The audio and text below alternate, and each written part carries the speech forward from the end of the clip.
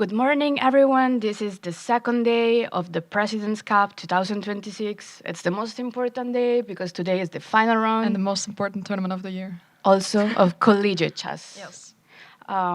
We are WIMs both. I am Gueci. And I'm Annmarie Muetsch. Usually there is always the question, okay, we have some people already watching. And we just had them first move. Yeah, that's It's very novelty. good. Yeah, finally we're starting the stream when we have on time. moves.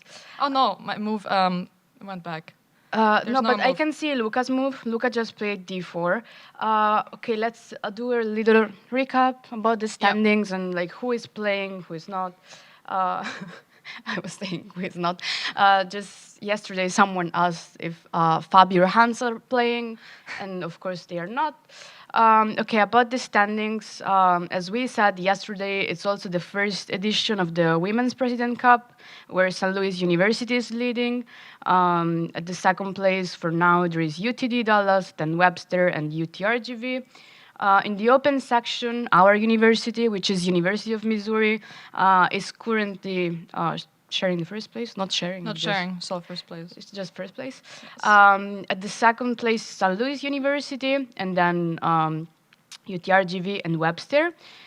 We also have board pairings. Do you want to say that?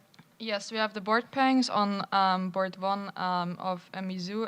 Aryan Tari is playing against Avonner Liang, which I think is like a very high-class pairing, which are all of them. But since they're the two strongest collegiate chess players, this will definitely be an interesting game.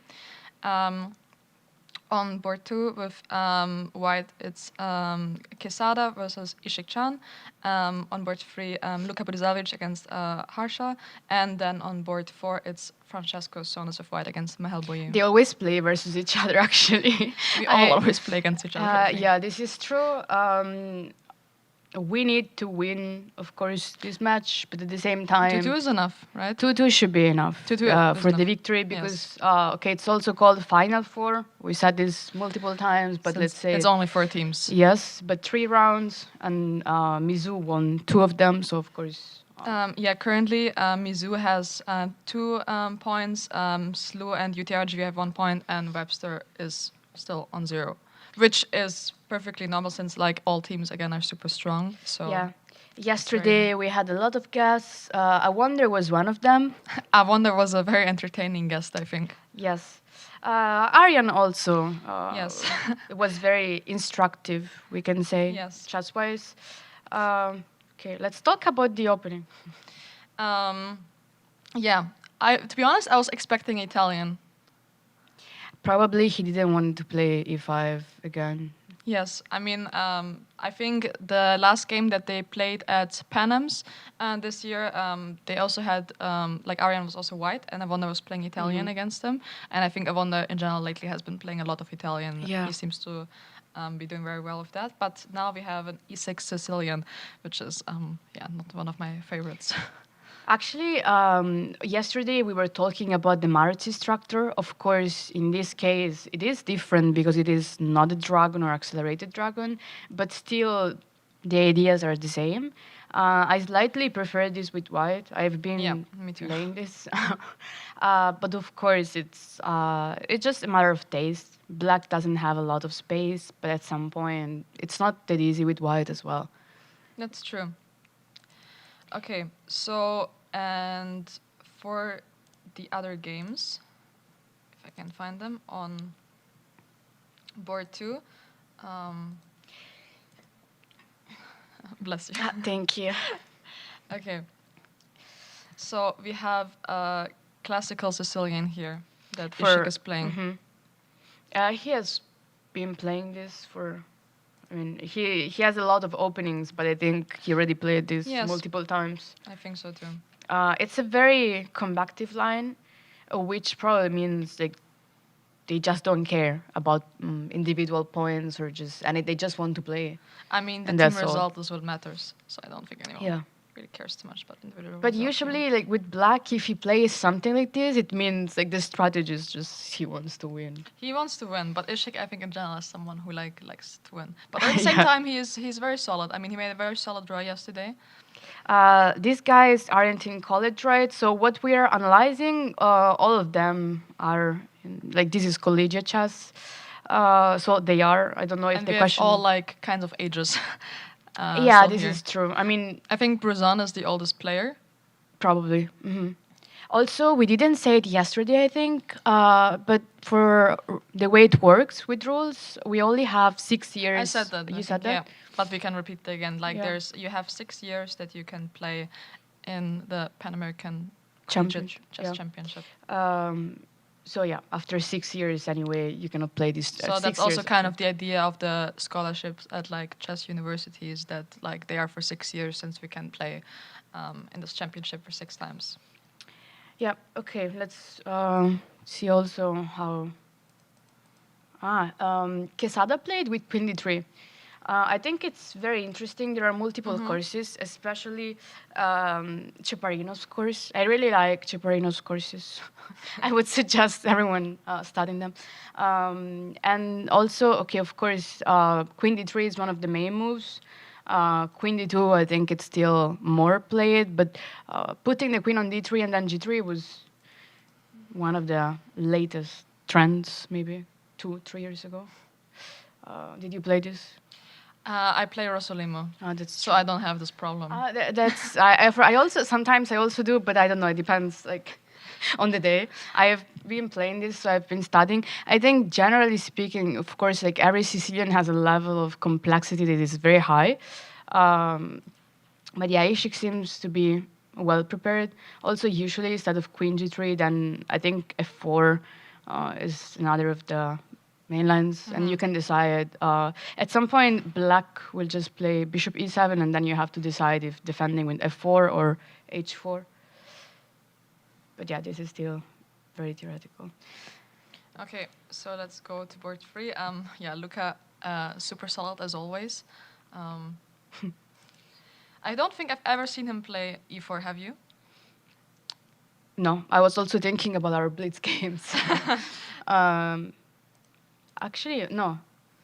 So yeah, we have Nimzo here with E3, which is yeah. Yeah, yesterday we had Compared just to Queen C2, C2. Queen C2 was the move of the day, except for like all the G4, G5 attempts. But yeah, E3 is of course also like main line. We have some spectators from Indonesia, and actually, That's very nice. I would like to go there. We should go on vacation there. If you're paying, then I'm totally down. Yes, we should just go there and chill. It seems a very nice place. And also, we have other spectators from India. So our stream today is. We've been to India. I think you more times than me. I've been twice. I've been once. I've been twice in very different places. I've been to Mumbai only. I've been to Pune again in 2014 for the World Junior, and then the Olympiad in 2002. I mean, the Olympiad was just too good. It's funny that you already played World Juniors in 2014. Yes. But maybe you're just really young.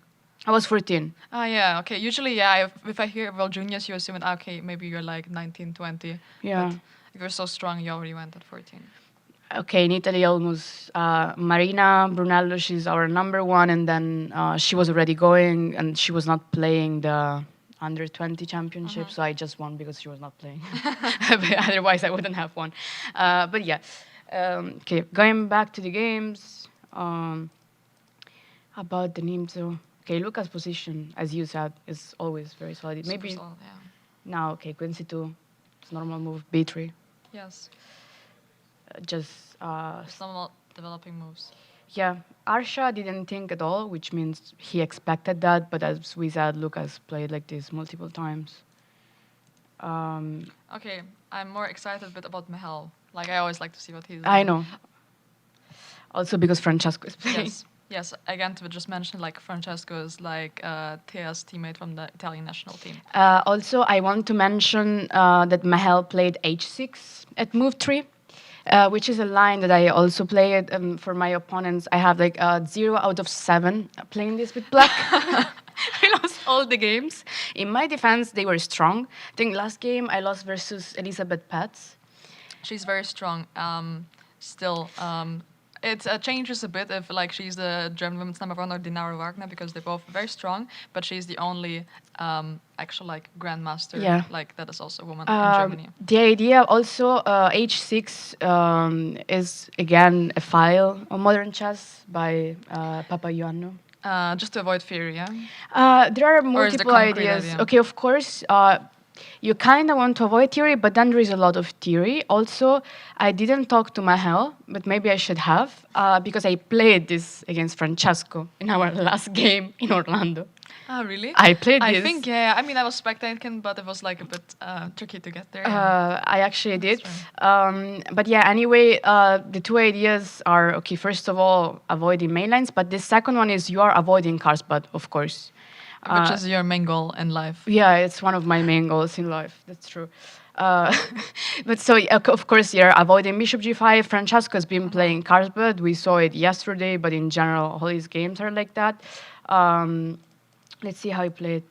I played exactly this against Francesco, and I am sure Mahel doesn't know that. I also. No, but maybe, But how could he but know? maybe The game shouldn't I lie. think Grigory should know.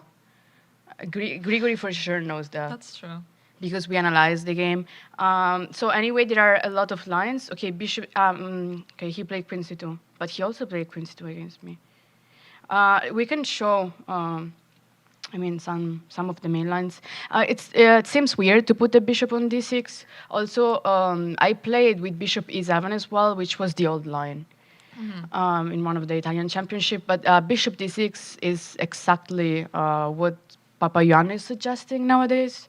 And there are a lot of forcing lines. I actually remember when Francesco and I analyzed the game, he was not very happy about the opening because, of course, I'm lower rated. And in one of the main lines, at some point, it's just it's a draw. So if black knows it, then there is no problem. I guess this is also why he didn't play bishop g2. We can show bishop g2 instead of queen c2. Yeah. Because I think it's, in this case, it's really interesting. Like usually one of the things that we always say is that you don't want to put, at least I always say, maybe I'm the only one, but we don't want to put the knight on c6 because otherwise we cannot push the pawn anymore. Yeah. And the center is very important, so we should just try it. And you want to go for some c6 setup. Yeah, but at the same Like time, kind of like Slav. the latest trend is after bishop g2, knight c6. Which, yeah, it seems crazy. Also, there are some lines with c5 for white, which is not the only move. But usually after knight c6, they say short castle, and here b3. This is also like how my game went. And this is a very important moment. So there are probably like two lines. One is rook e8. And so that the bishop has the square of f8 to return to. Yeah. But the other one, which is the one I was talking about, that I didn't play against Francesco, is just d takes c4, b takes c4, and e5. Yeah, seems very logical. And this is considered to be not good for black, but just you equalize. Yes. And I mean, So, yeah. all kinds of like pawn structures where like there's d5, then maybe you can just play knight a5, I assume. Yes. And then the c4 pawn looks like super weak. It is still very complicated. Also, in some lines, you just lose a pawn. But yeah, Who loses the pawn, black or white? Black, but then you have compensation and you're I totally see fine. why you don't play this line. I tried, and also, okay, there are different move orders because in this case the knight is on c3, but generally speaking, like black knows that knight c6 is fine, only if white plays knight c3. Okay. Otherwise, it's just bad. Okay, not bad, but not good. But yeah, it's very interesting. Okay, but in the game we have queen c2, and now Mahel is starting to think. So Yeah. assume he's a bit out of prep now, maybe. But Uh, he's super strong, so I played versus Francesco again at the Blitz, at the San Luis Chess Club at some point when Yeah. I went with my sister. And then he played also this, just to avoid theory. So I believe, okay, for Francesco, it is clear that like for their team with white, he needs to be the one trying to win. yes. So of course, he cannot go for the other line, knowing that it's a little bit drawish. Yeah, also it seems like rather like easy to play with black. Like the moves look all like quite logical, Yeah. you know, so yes. But I really now at some point I'm gonna ask our assistant coach if like he remembers my games against because I'm. Then they need to know, no? Like, just Yes, because they it's should learn from our mistakes. yes. At least we can be useful.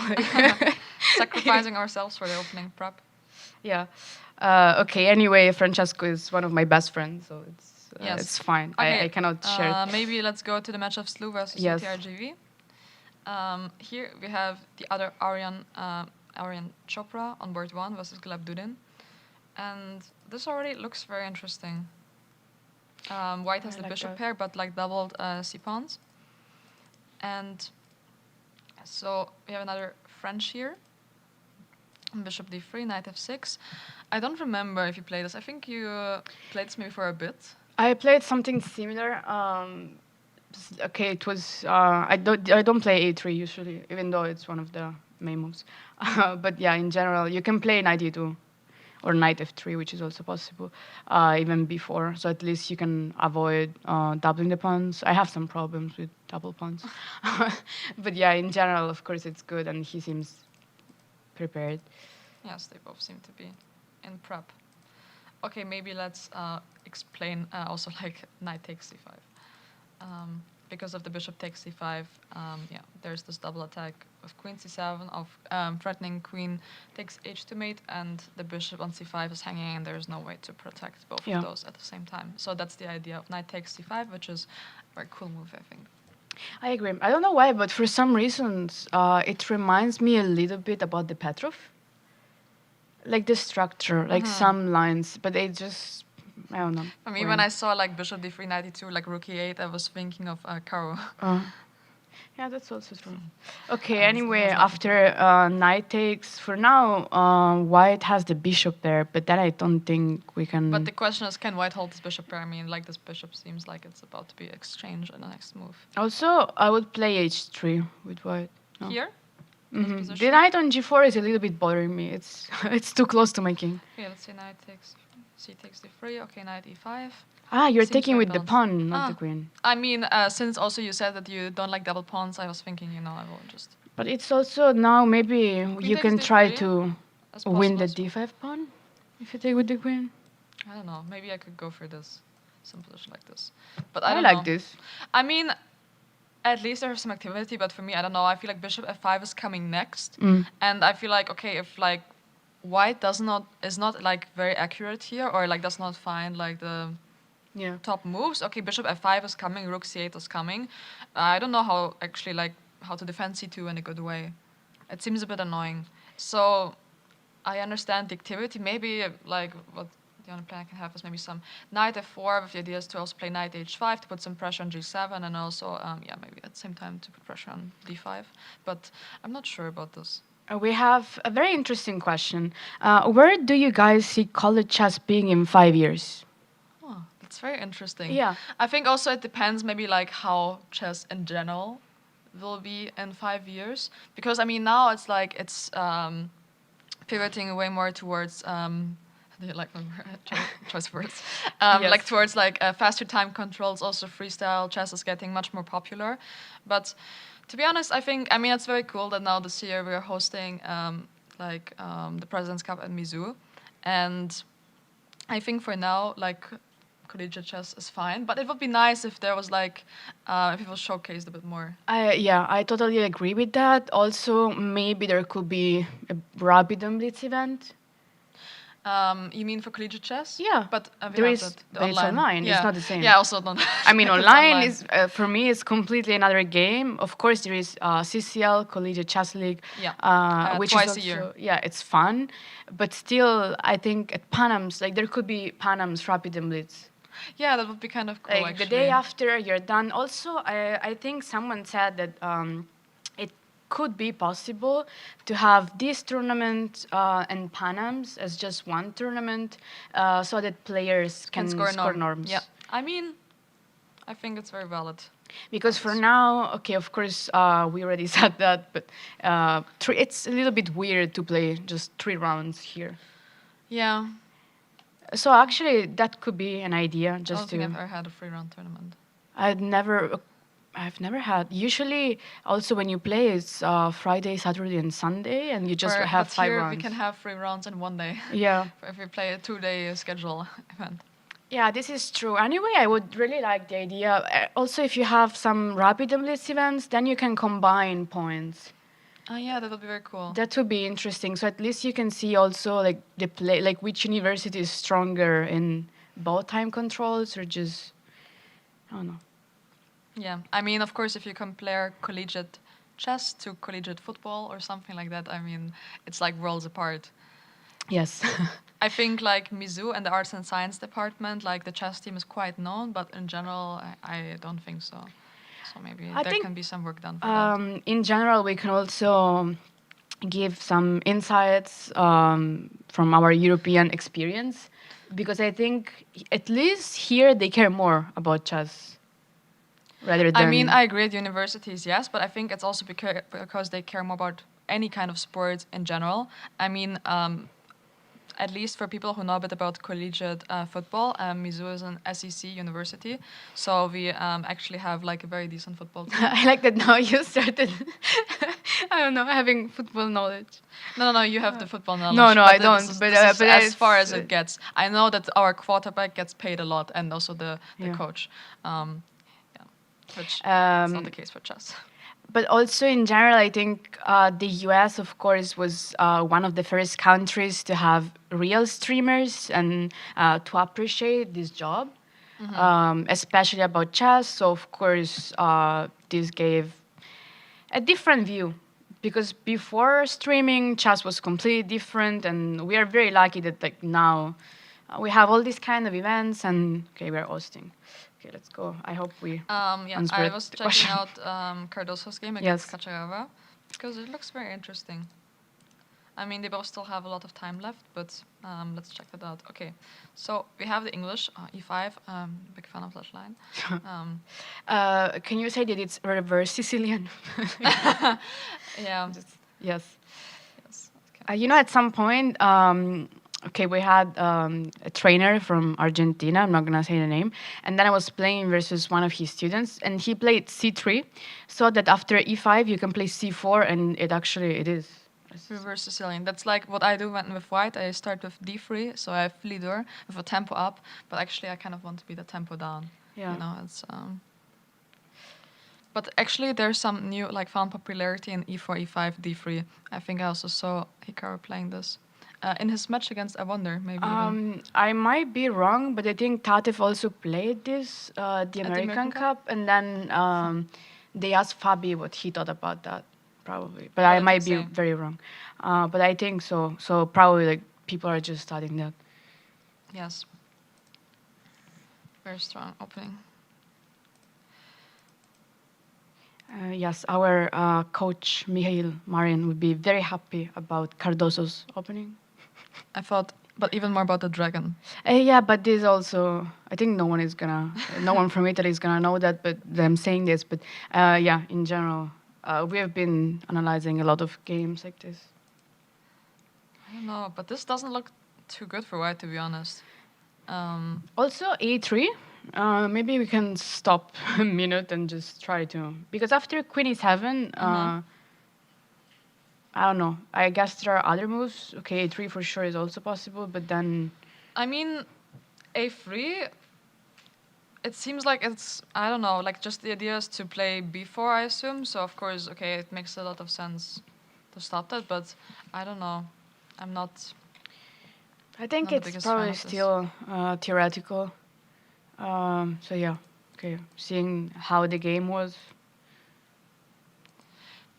But also here, I mean, taking on d7, it kind of develops black's pieces. Like, I would be a bit concerned also for white's king at this moment. Like, I understand that, okay, white wanted to take this pawn here on d7, but I think in some cases also, like, development might be more important because king safety is the number one. They said, imagine the sponsorships for collegiate chess if it became as popular as American sports. Yeah, we've been. We would be we've very been thinking grateful about for that, for- and we would totally accept the same amount of Yeah. money. Yes. That would be great. We would be very happy. But okay, anyway, chess I is think you would growing. stay for an extra certificate even. Yeah. Okay, you were of course saying that White's king is not very safe. I mean, also now, let's say, okay, I mean, white doesn't have to take on e4, but let's say just white were to trade this knight. Opposite color bishops, I think in general, are like always known in endgames for like kind of like drawish results.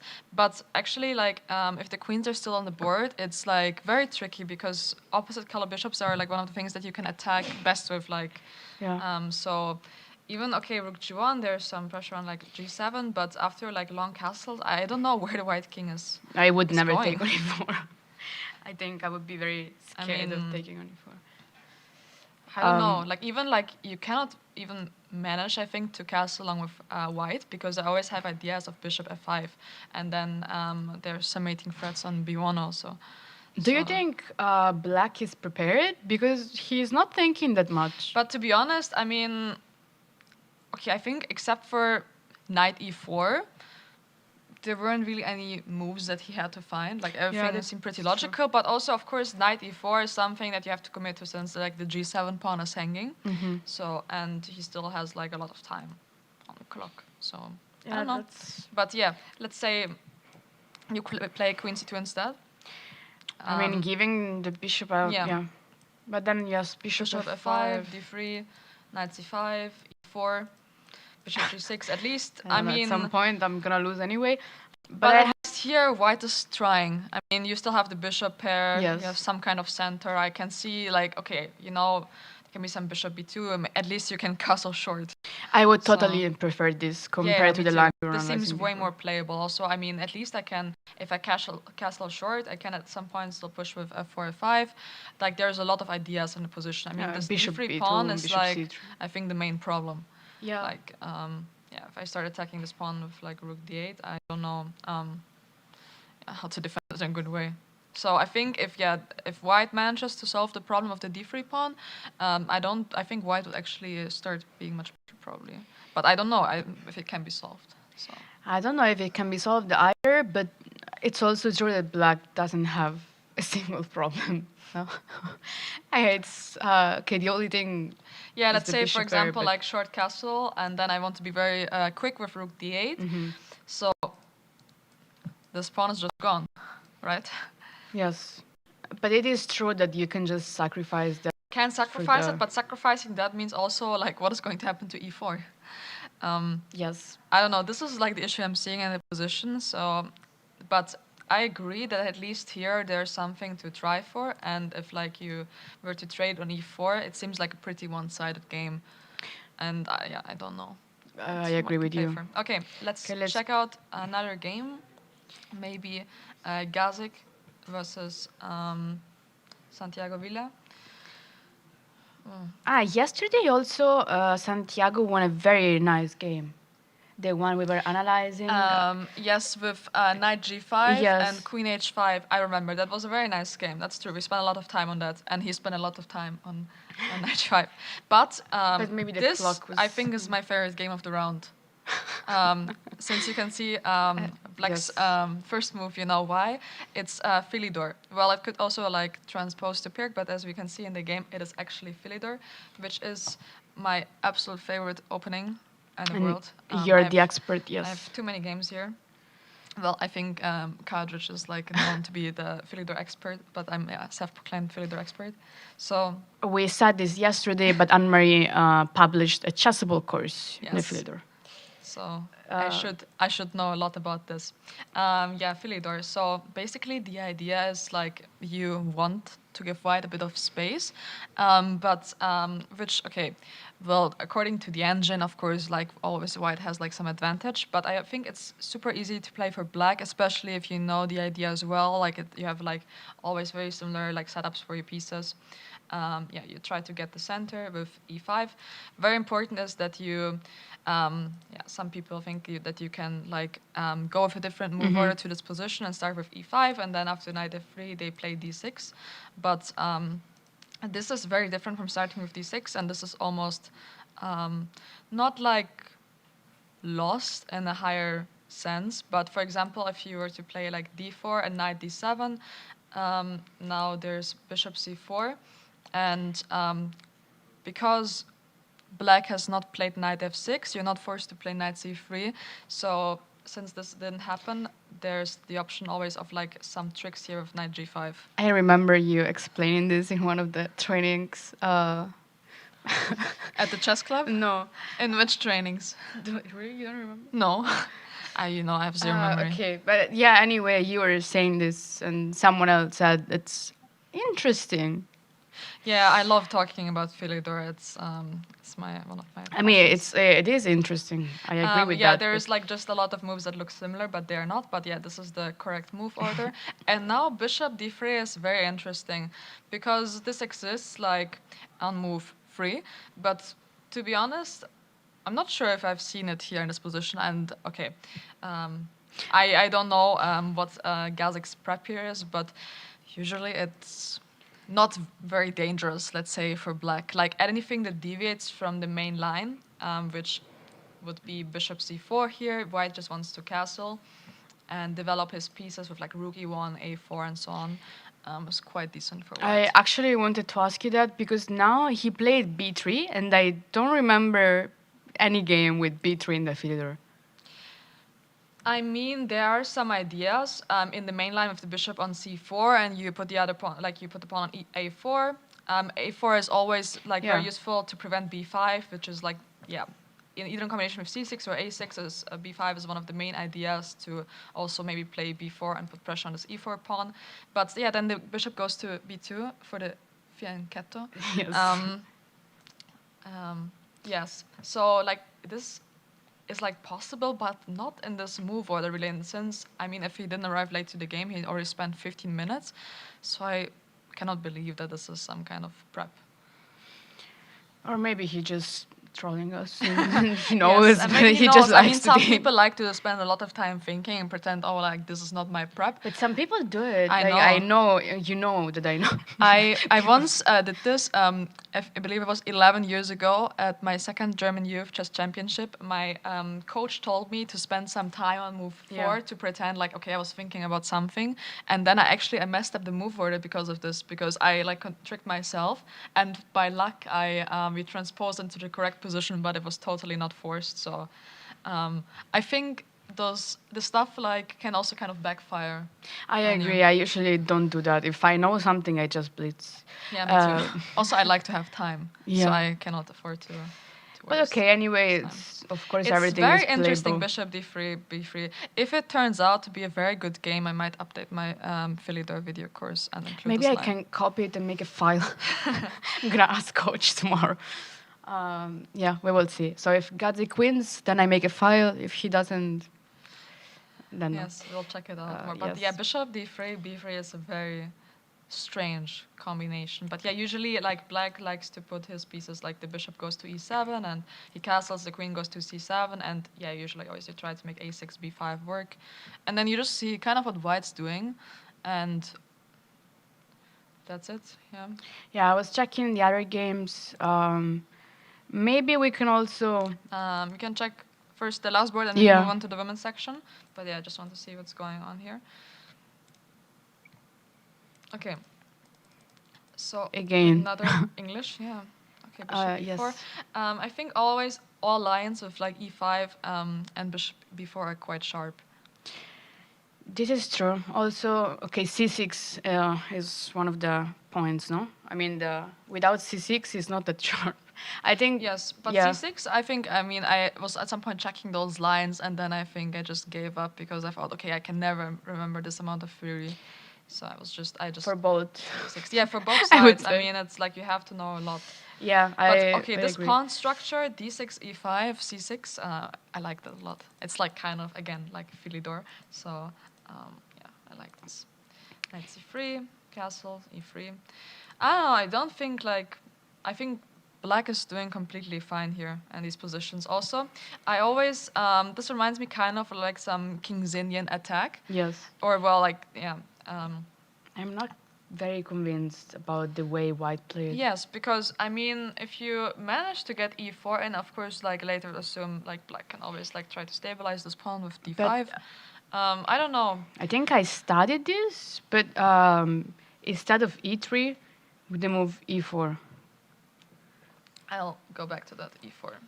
I think I studied this, which is a little bit crazy, but again, it's not a Maroczy structure, but it's similar. Yeah, I understand what you mean, and also at least white's e4 will prevent like black from ever playing e4. But there are from some home very space. complicated lines, like with b5. So if Yeah, it looks very complicated. Yeah. So maybe he just didn't want to go for that, and he wanted to be solid. But I don't know. I'm not so happy. With, I also, I think after black played e4, as you said, there are not problems for him, and yeah. Also, usually there's a lot of ideas to just okay, now with the knight on f4 maybe not, but like sometimes maybe I want to play like g5 or something to kick this knight away and just putting the bishop on But g4 also- and queen on c8 to trade the bishop on. why did he not play f3 instead of knight f4? Because it is the idea, no? Or maybe I don't understand anything about the English and I am not learning anything from our classes, but I mean, to be honest, yeah. lessons But more than classes. I don't know. You want to take with the rook then? Because I don't know. I found here if at least if I take with the bishop, then bishop h3 is a bit annoying. I don't know. But also taking with the rook looks a bit strange. But anyways, I think like it's in some point, white has to play f3 and get e4, Yes. and otherwise I don't know what white is really doing here. So knight f4. Okay, I know g5 is very ambitious, and okay, here in this position, it's like, I think a bit too early, but later on, I think it can definitely be an idea just if this knight gets a bit annoying here. And yeah, also like, I'm always a bit scared if I think that like black will manage to trade the bishops. I don't know, like let's say some knight will all of a sudden appear on f3. Yeah, Super annoying. that's why I just wanted to play f3. But I am pretty sure we had a training camp, and then there was an exercise like this, and then you just had to find how to break through for white. We have another question, which is, let's go back to the topic we were talking about before. Do you worry about how opponents will be able to tell when you're out of prep if you blitz when in prep?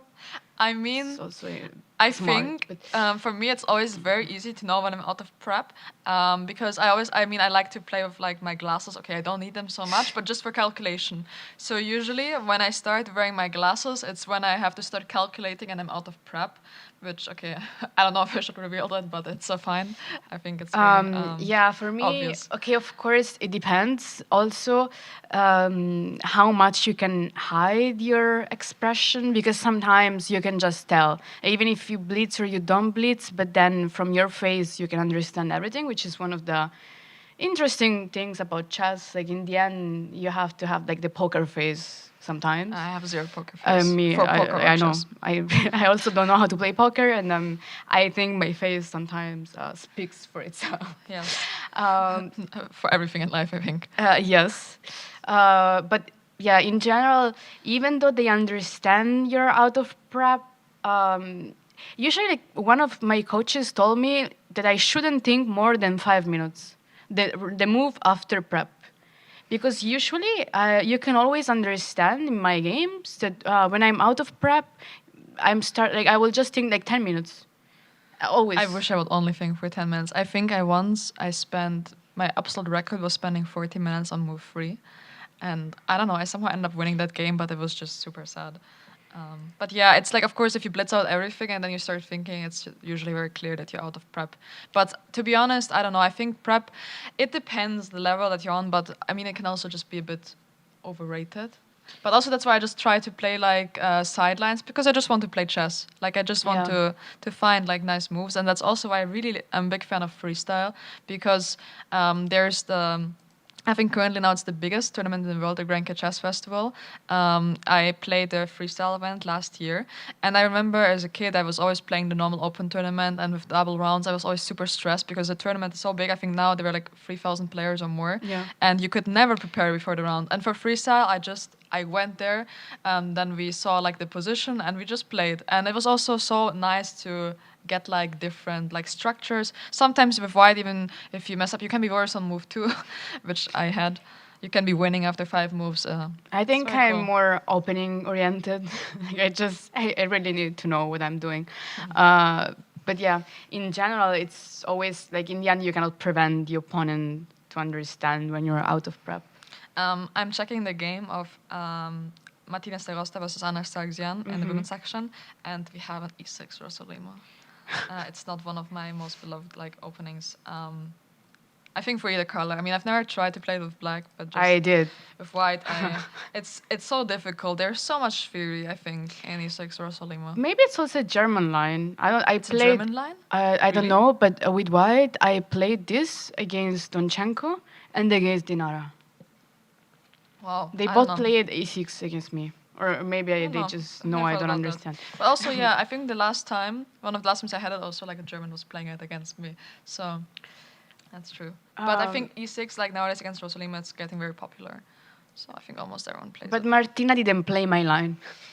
Um, She should. yes, also bishop takes C6. Yeah, it's very popular here, and it leads to a lot of fury. Yeah, she played Castle, which is also what Castle, I which is, used yeah. to play. Then 97, and then she Bishop played. F1, yeah, it's just like Yeah.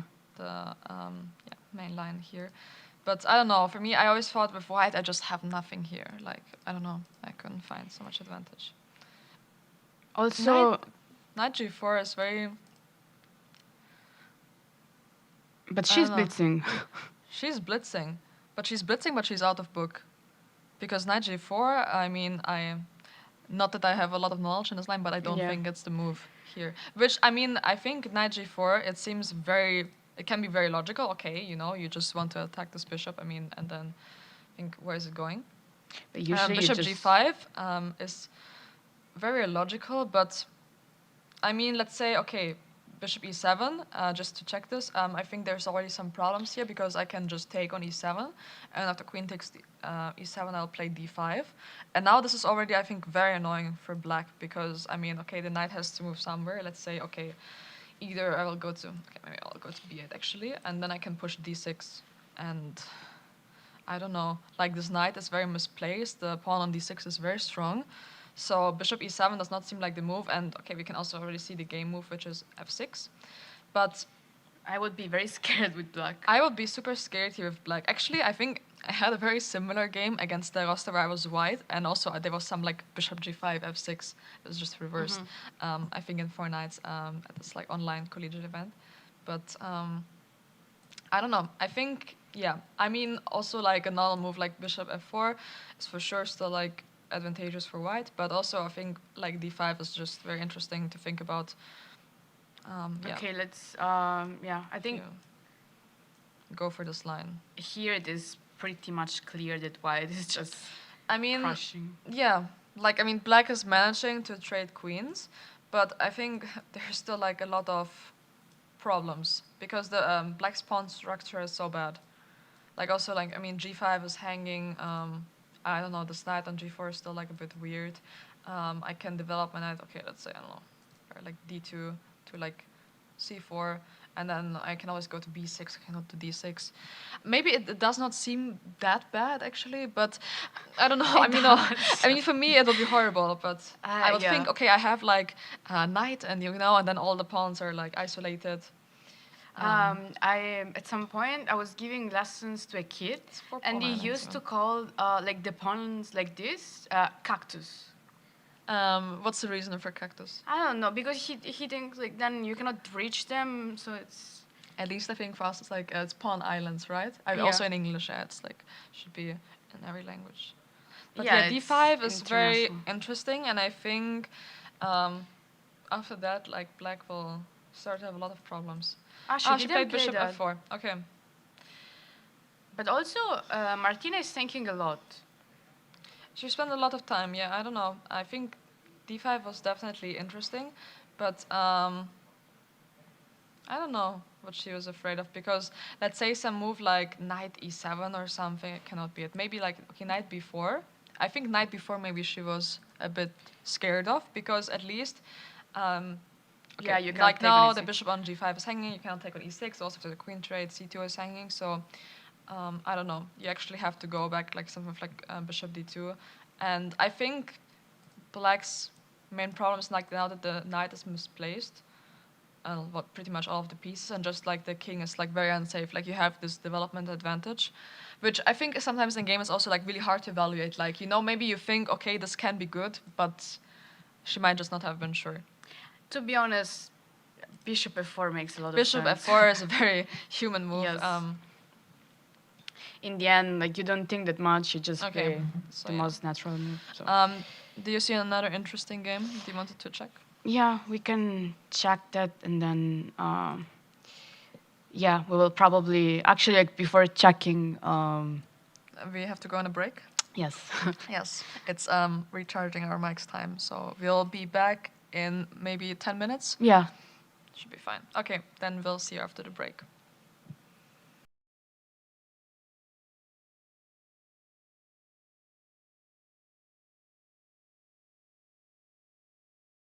We have a guest, our assistant coach. I don't want to say your name because I'm gonna mispronounce that, so you can say it. Yeah, I'm Grigoriy Oparin. I'm an assistant coach for the Mizzou team since December 2024. I've been a student at the team since the first year, since 2019 when Christian created the program. I've participated in the Final Four before You with also the won team. it. I won it 2 years ago with the team. And hopefully we can win it today as well. So I'll have a title as a coach as well. Do you think that's more important than having a title as a player? No. Why? It's just different. I mean, I definitely enjoy more when I win titles myself as a player, because it can clearly see my effort put into it. And it's the team, it's more on the guys. I help them, of course, but it's still mostly their work that they're doing all over the board. And look, they started playing an hour ago. I cannot influence them. Whenever I'm playing, can make decisions myself. I don't know. Of course, I'm not really a coach, but sometimes, like if they win because of you, it's also nice, no?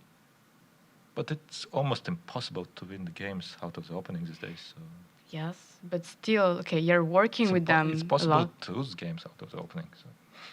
Everything is possible. We should just check the games. Yeah, And should start from board one because it's not going very well for us. Where did you stop? just the opening. I think after Queen C7.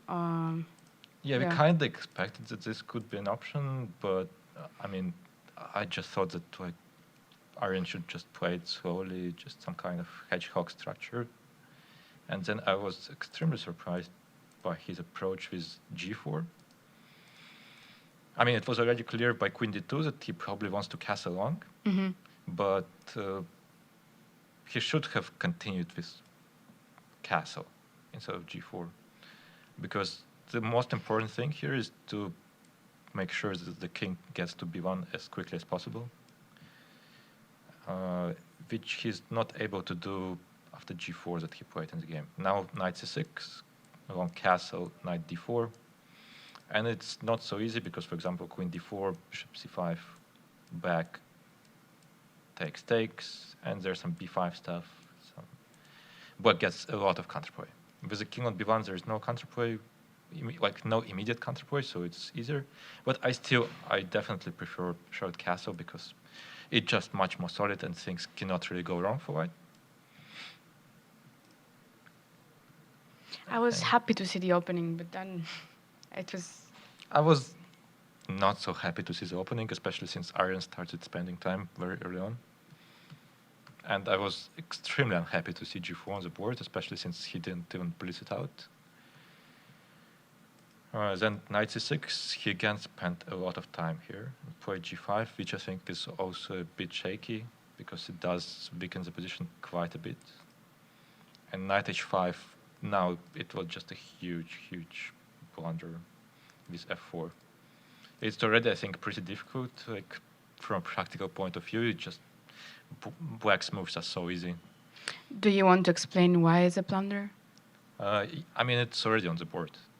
Yeah. So he played F4, black took bishop H5, and knight F5, a very important move. Basically just Black keeps creating threats. I'm pretty sure that Aryan blunders this, and now White's position is just collapsing. Obviously, Black just sometimes wants to take this bishop out on e3. Then c4 is hanging, e4 is weak, f4 is weak. And like if White moves the bishop, let's say bishop f2, then also knight d6 comes. e4 is weak, c4 is weak. So everything is collapsing. I mean, I don't know, maybe the best thing is just to take on f5 and sacrifice and exchange, but there's definitely not enough compensation. I mean, objectively, Black is just clearly winning. And given that Avonder hasn't spent a single minute on his time, and in fact, he got 3 extra minutes, I think nothing will happen in this game, unfortunately.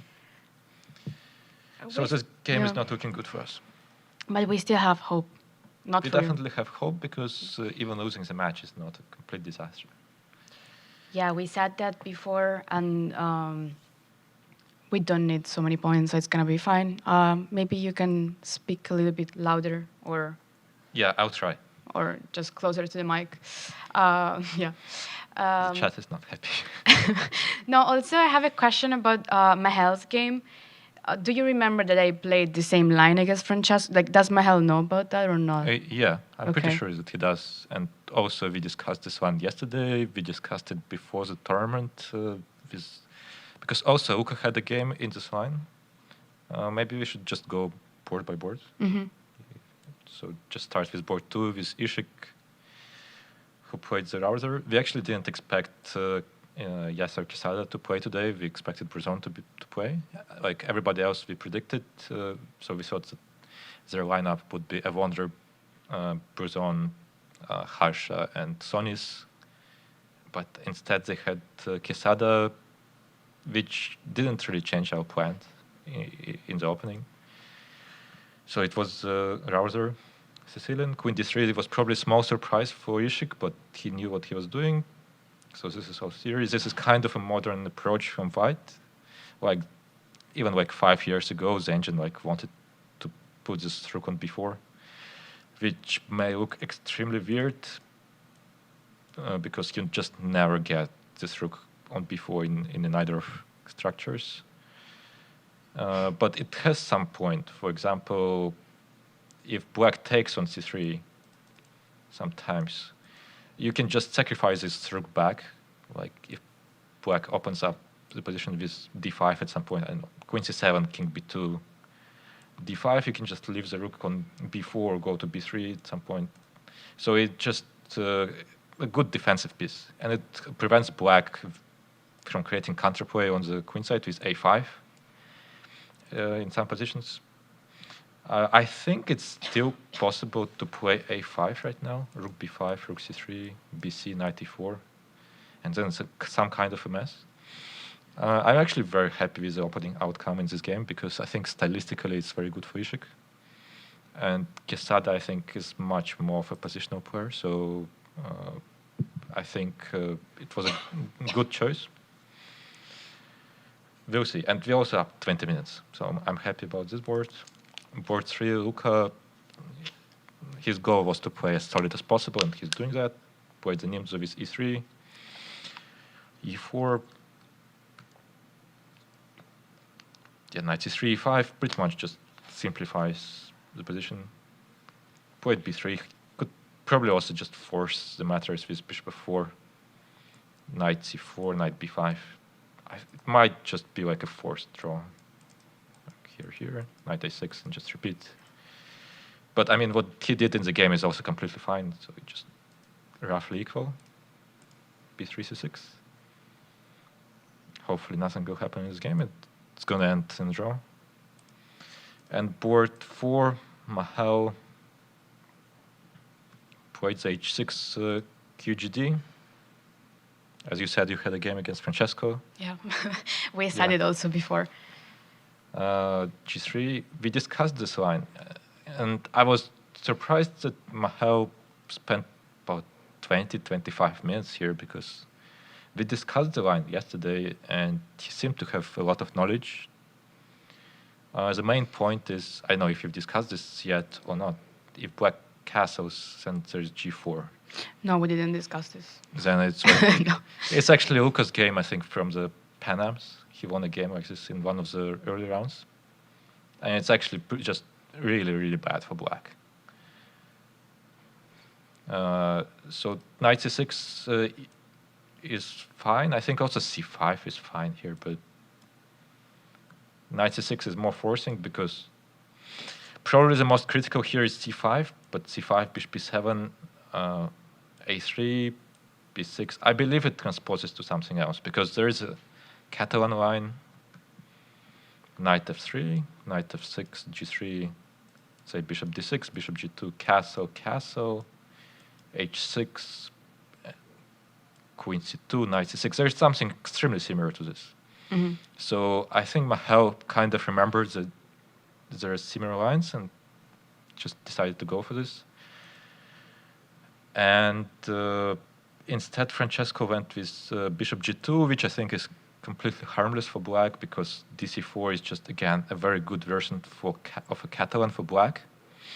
Again, if you go back to the Catalan, just to compare, there is a knight f3, knight f6, g3, dc4, bishop g2, a6, castle, knight c6 line, and after that black plays bishop d6, bishop d7, eventually e5. But if compared to the game, white doesn't usually put the knight on c3 because it's a little bit misplaced, and also white already wasted the tempo on queen c2. So it's just a very harmless position. I'm not sure about bishop b6, but it's probably fine. I would probably just play queen e7 or rook e8. Could also take on d4. I think it's just very healthy for black and yeah, quite easy to play. I mean, the only things that I don't like is that Mahel is down half an hour, which is not unusual for him, but it is what it is. But he doesn't think that much. He was up half an hour yesterday, but in his second game. Just when the position is too interesting. He actually says that a lot. It is just an opening position. It's also not super exciting because there's not much to calculate, so he should play faster. Yesterday, I wanted to know if you smile. It was actually a funny interview. So we had to talk about the team. I don't know why I wanted to know. Maybe he just wanted some insights before the match today. Maybe Wonder wants to join. So he wanted to get some insights. Maybe, but we only said positive things. So we will see. Thank you. No, we just said that it's that we are all friends. We are all cool, very social. Annmarie agrees on that. Also, the Gazik's game. I don't know if you were just following our games or not, but I was following both matches. Yeah. Do you know the idea with b3? Because I was very surprised. I was also surprised. I haven't seen it, but I assume it's just very harmless for black, unless he goes to one castle, which he probably will, judging by his last move is queen d2, and it will get very double-edged. But I think black should be comfortable. Probably just push the pawns on the queen side. But there's some exciting games, I think, in the other match. I mean, board one is not very exciting.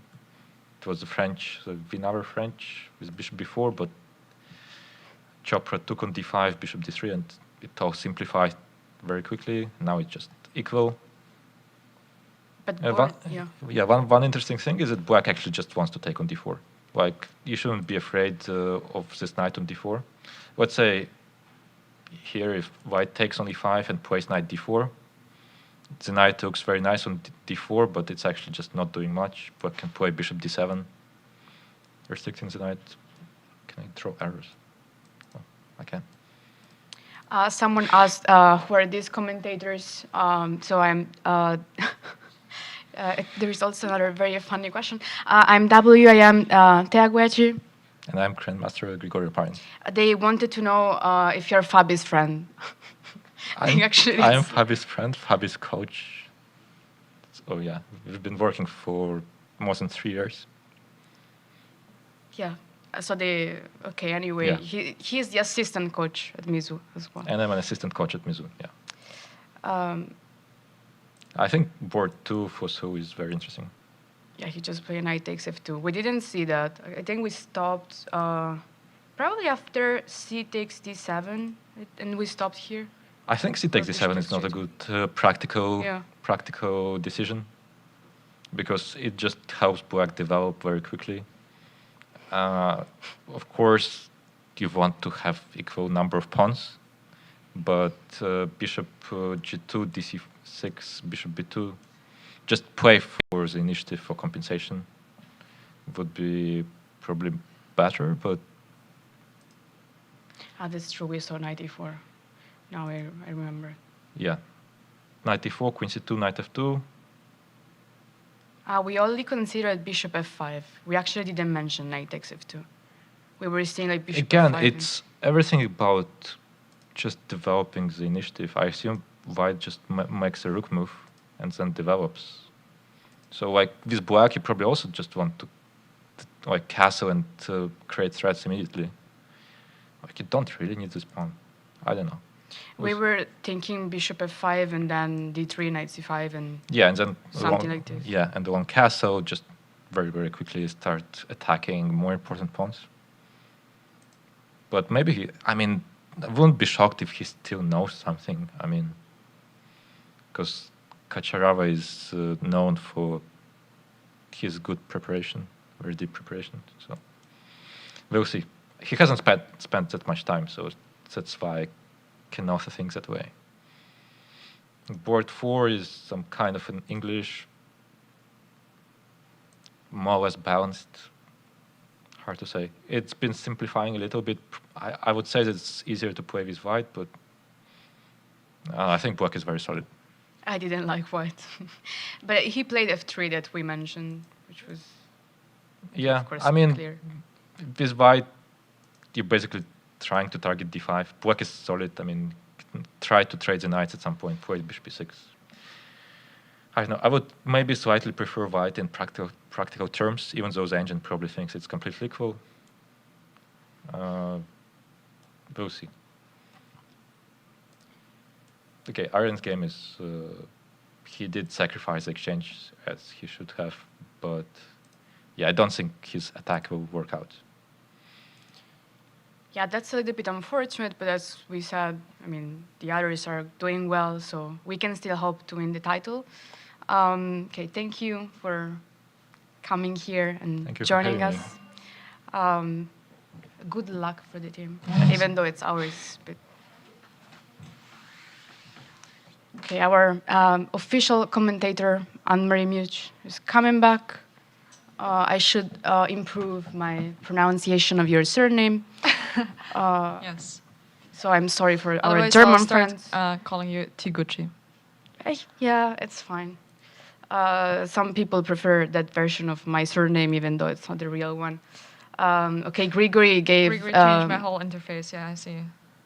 Really? Yes, I I think didn't it see that, comes but with the higher your rating is, the more you will. But because I wanted to do the same thing yesterday. But I have to say that flashback. Grigory actually is very clear to understand, at least for me. Like even compared to, if I compare with Isik, let's say, or I wonder that yesterday they both came commentating, he's not going too fast.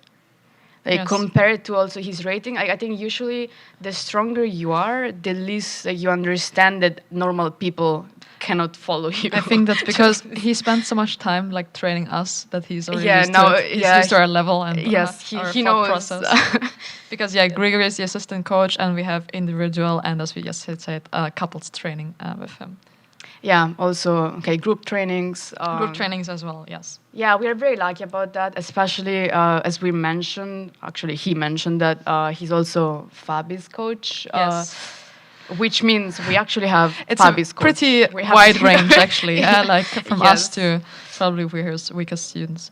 I think I am with my rating for sure. His weakest student. Maybe he shouldn't be proud. Also, I asked him. Probably you've heard if he prefers, like if he's more proud about like winning the tournament by himself, like when he won in 2024. Oh no, I was not here, but yeah. Or winning now. coaching. And he said, of course, when you're a player, you care more. Or like he said something like that in general. I don't know, but also as like a coach, I would be super happy. Yeah, this is what I said. I mean, I don't have a lot of experience, but like at some point, one of my students won the Italian championship under Yeah. 8, but still. And I was so happy. And I thought, okay, this is like my biggest achievement because then you're helping someone else. But it's true that, as he said, like at their level, he doesn't think that it's just because of him. But I think it's like that for every level. I mean, as you know, like I was working Yeah. as a chess coach for many years, also for like very like small kids, like in kindergartens and primary schools. And so even when there was a kid who finally understood how to move a piece, I was super happy because at first I wanted them to have like huge goals, and then I understood, okay, actually at 5 years old, if you at the end know how to move the pieces, I should Yes. already be happy. Michael in the chat asked, Wonder is just completely winning, right?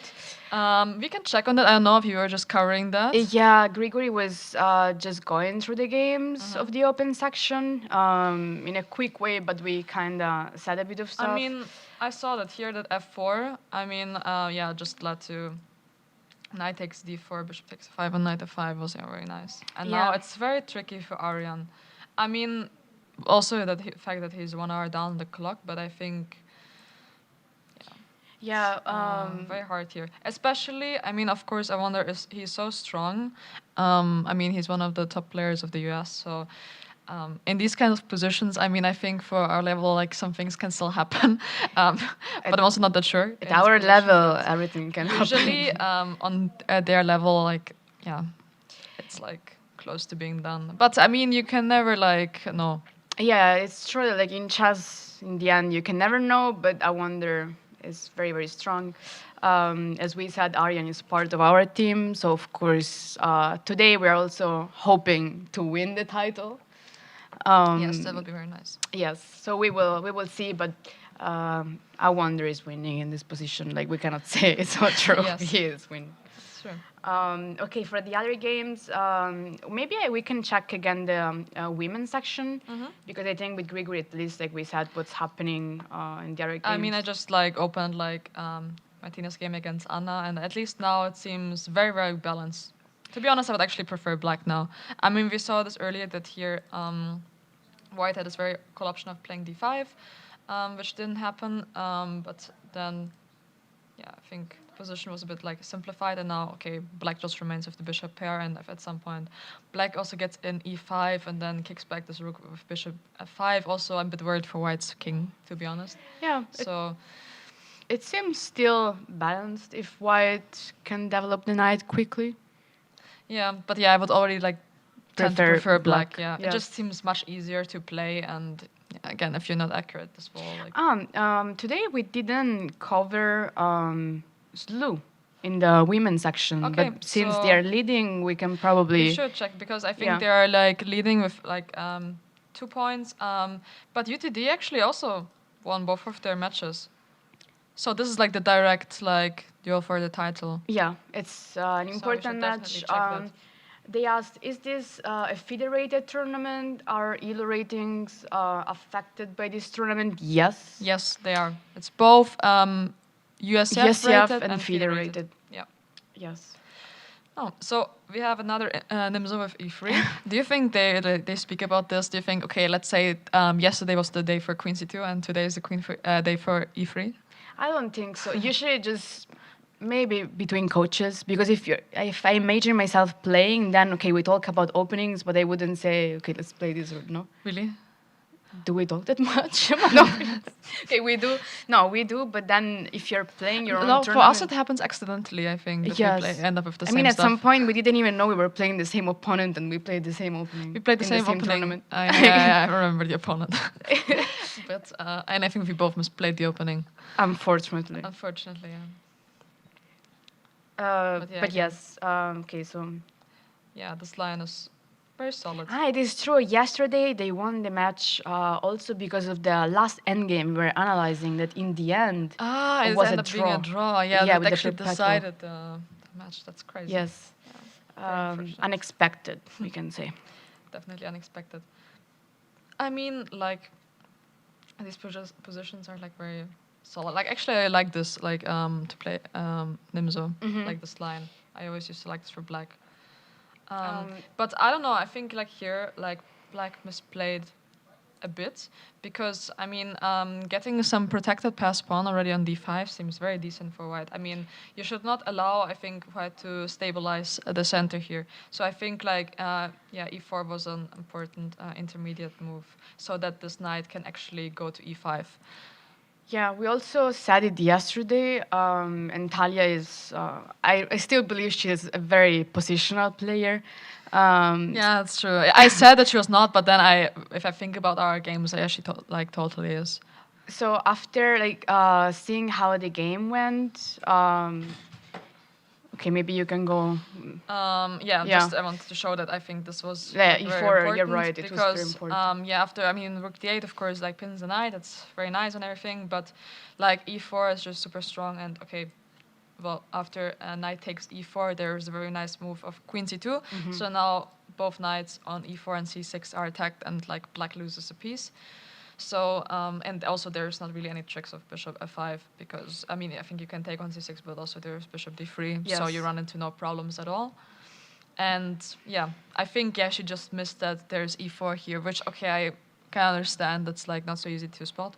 And now this yeah. position is very tricky. Also after okay, 97, queen c2. Yeah, 97. Now you're just like kind of stuck, like in like with this like protected pass pawn. It's I don't know. It seems super uncomfortable for black, because this pawn will always be there. You'll always be stuck with like blocking the d6 square. Knight h4 also is a very good move. big fan. Yes, we said it multiple times, but since white has the pawns on the light square, as you also highlighted in the board, then after knight h4, if we manage to trade the light squared bishops, of course, Yeah. white can just be happy about it, and Thalia knows that. But it's also hard for black to avoid the trade, because otherwise, what is your bishop doing? I don't know where this bishop should go. Yeah. You go back Okay, to bishop that's- to c4, and I mean, I think on a higher level, this is like also close to resignation. Actually, it reminds me. No, it's not like your game against Thalia at all, but also, you know, you're just also crushing. Okay, it was a bit But very, very different. but yeah, anyway, maybe okay, bishop takes e2 is I mean, it's kind of should forced. happen. And I think maybe some good attempt, yeah, could either be like to, yeah, start with c4 or something, or I think b5. I'm also considering, because after okay, queen takes b5, it's not possible really, because I'll take the e4 pawn, and then actually this is like a huge like trade-off. It's the same idea of yesterday's game. Was With it? like knight But it was Thalia with take, black. knight takes b5. Yes, I yes. think because it was versus Anna, right? Yeah. So, And when she yeah. played b5, and then this was possible. I mean, a very different motive, but still. I mean, just basically both ideas of b5 and c4 to just not allow white himself to play c4, because the structure would be horrible for black. They asked if the ratings displayed are feeder ratings. Yes. Yes, they are. Yes. I think Thalia now is like a bit underrated, because usually I've always seen her with like, okay, not 100 points more than this, but Yeah, I don't know. 23 for I sure. think yeah, now she dropped a should bit be. of rating, and I don't think That's her all rating of should us. be this low. Yeah, This also is- Melly, she yes. dropped I think a bit of rating lately, but yeah, of course, as you can see, they're both women grandmasters, so they're very strong. Yeah, So this that's should be interesting. That's true. I was actually checking the standings after you said that. Yeah, they have actually Lu is leading because they have 7 points, and UTD has 6. So as you said, of course, I mean The match points are the same, but the Yes. board points are what matters more. Yeah. yes, for the final standing, it's important. She played knight g6. Knight g6. She didn't take on e2, which is also interesting. But then we have to decide if we want to take on g6 or on g4. Okay, let's say I want to take on g4, and okay, of course, if the knight takes g4, my knight will just go to f5, and I should That's be a dream. very, very happy with white. Yes. So I guess the idea is if the bishop takes g4 that she actually wants to take on h4, but then now I think you will appreciate this move. I want to play bishop h3. Yeah, I'm appreciating because it's like bishop h6 Yes, in the Sveshnikov. Yeah, it just looks very, very good for white. Yes, and also then I can try to like kick back this knight of g3, and I mean, I don't know, Like here, the bishops are definitely stronger than the two knights, also because bishop g5 is coming, and this is a bit annoying for black, I assume. And also, still, like you always have this protected pass pawn, which will just always remain there. Nothing bad can happen for white. Yes. I mean, I don't want to jinx it for her, but seriously, Yeah. it's just a very easy position to play. That's true. I think I wanted to check maybe the fourth board. Yes. Gagana Pagecheva versus Diana Patel, just because I saw, okay, there's like these two pass pawns already, so I want to understand how this A happened. lot of things. Oh, it's Okay, Grunfeld. Yeah. Yes. Yes, they were saying that we were happy not to, I think, see the main line. Yes. But But okay. they know theory. It's just, So- yeah. Skip the theory a bit, and I don't know. Probably, yeah, this is all. But this doesn't, it's not prep anymore since they're both down half an hour. But there is the idea for sure. I think they both know the idea. is known, but it's, I don't know, like I'm not too impressed by like the dynamic options for white. I don't know, because I mean, at least, okay, this bishop is not moving soon because b7 is hanging, but I don't know. I always feel like a pawn is a pawn, you know? I know. No, I I know don't know. because I think the same. And I also care about the pawn. But it's still... And I don't know, the a pawn is, could be actually It be, looks be like dangerous. quite fast. Yeah, especially if you have this bishop controlling the long diagonal. And so, I don't know, this pawn is not so far Okay, away maybe from promoting. also we can go back before she played a5 and see bishop takes a1. Bishop takes a1, yes. Because of course the exchange was hanging, so it can be a good question to understand why she didn't play it. I mean, okay, so of course, white's posing the direct threat of bishop h6 to threat the mate and get the exchange back, so I think f6 is the most logical move to prevent that.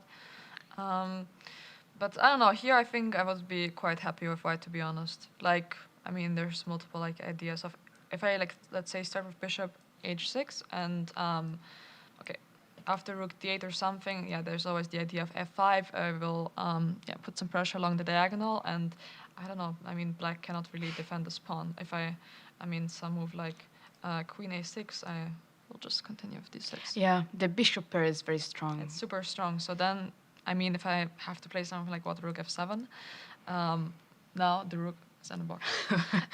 Yeah, and you're very happy temporarily, about it. I'm very happy of putting the rook in the yes. box, but But in general, you never want to give the fianchetto bishop, even if it's for a rook.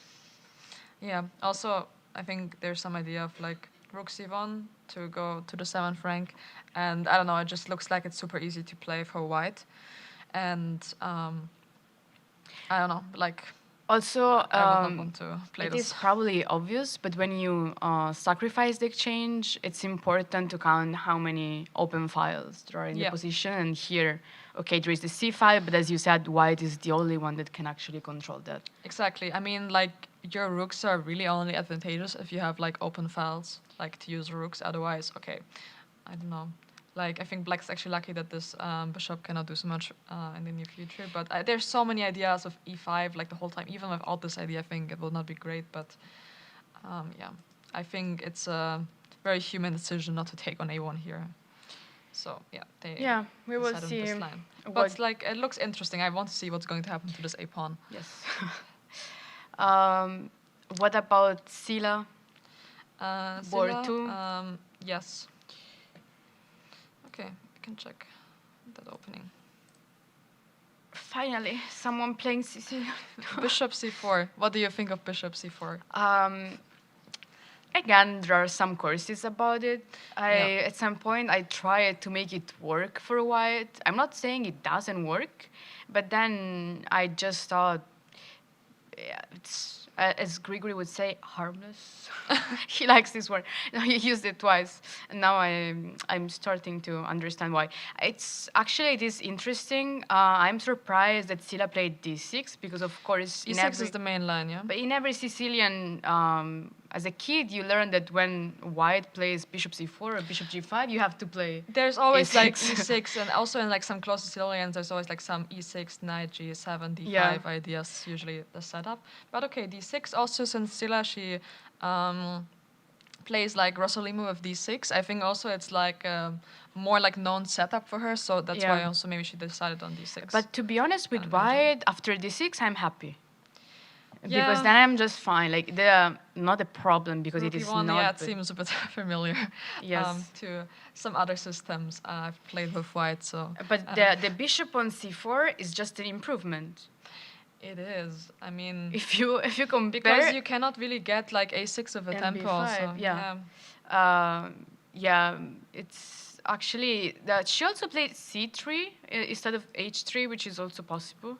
No, just h3 and. It reminds me of our training games. I know. Again. Yeah. But okay, c3 is of course very good because we're preventing knight d4 and we want to push the pawn at some point. And then I'm very happy with white because now she played g6. Also, after g6, if you just play d4. Yeah, I mean, usually d4 I think is always the go-to response kind of to g6. Because like you kind of want to, I don't know, like g6, it's possible in some systems, but like, I mean, not always. And this reminds me of one of your Panems games. Yeah.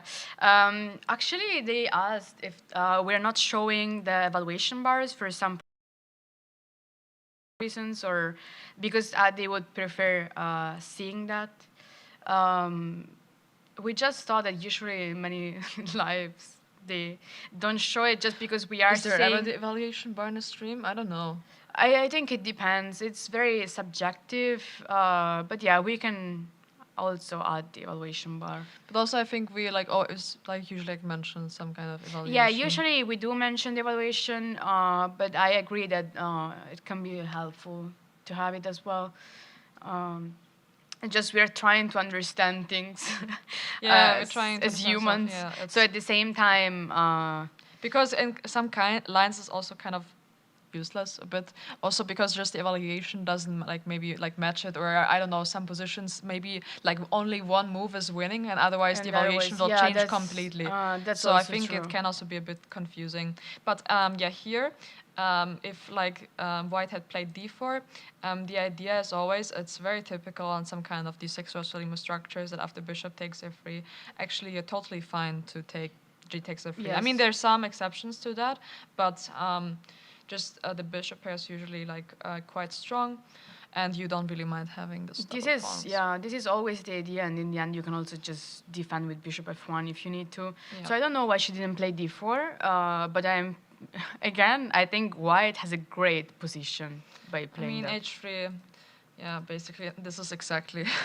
I think like both Thea and I mean we're roommates, we're training partners, so I think we've played like for sure 20 games. I think it's more. I think it's more, it's much more. and I think it's always it's kind of always the same game. Also, it's always me trying to mate you. And sometimes it works, and sometimes it doesn't. Actually, I think it worked probably like 20 but out it's of 40 kind of games. bad since you're like dynamical, I'm positional. I don't know like how we end up with this. But that's fun because we can improve.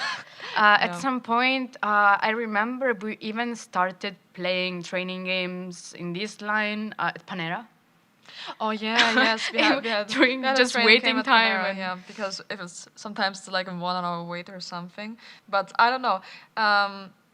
Usually, I don't know if white is a tempo down or not. But I feel like white is a tempo down here. Do you agree? Because yes. I think like d5 seems to be possible here, and usually that's not possible. So somehow, like, yeah, I think white lost the tempo. And I think because also like a6 was not included, so that might actually be a drawback.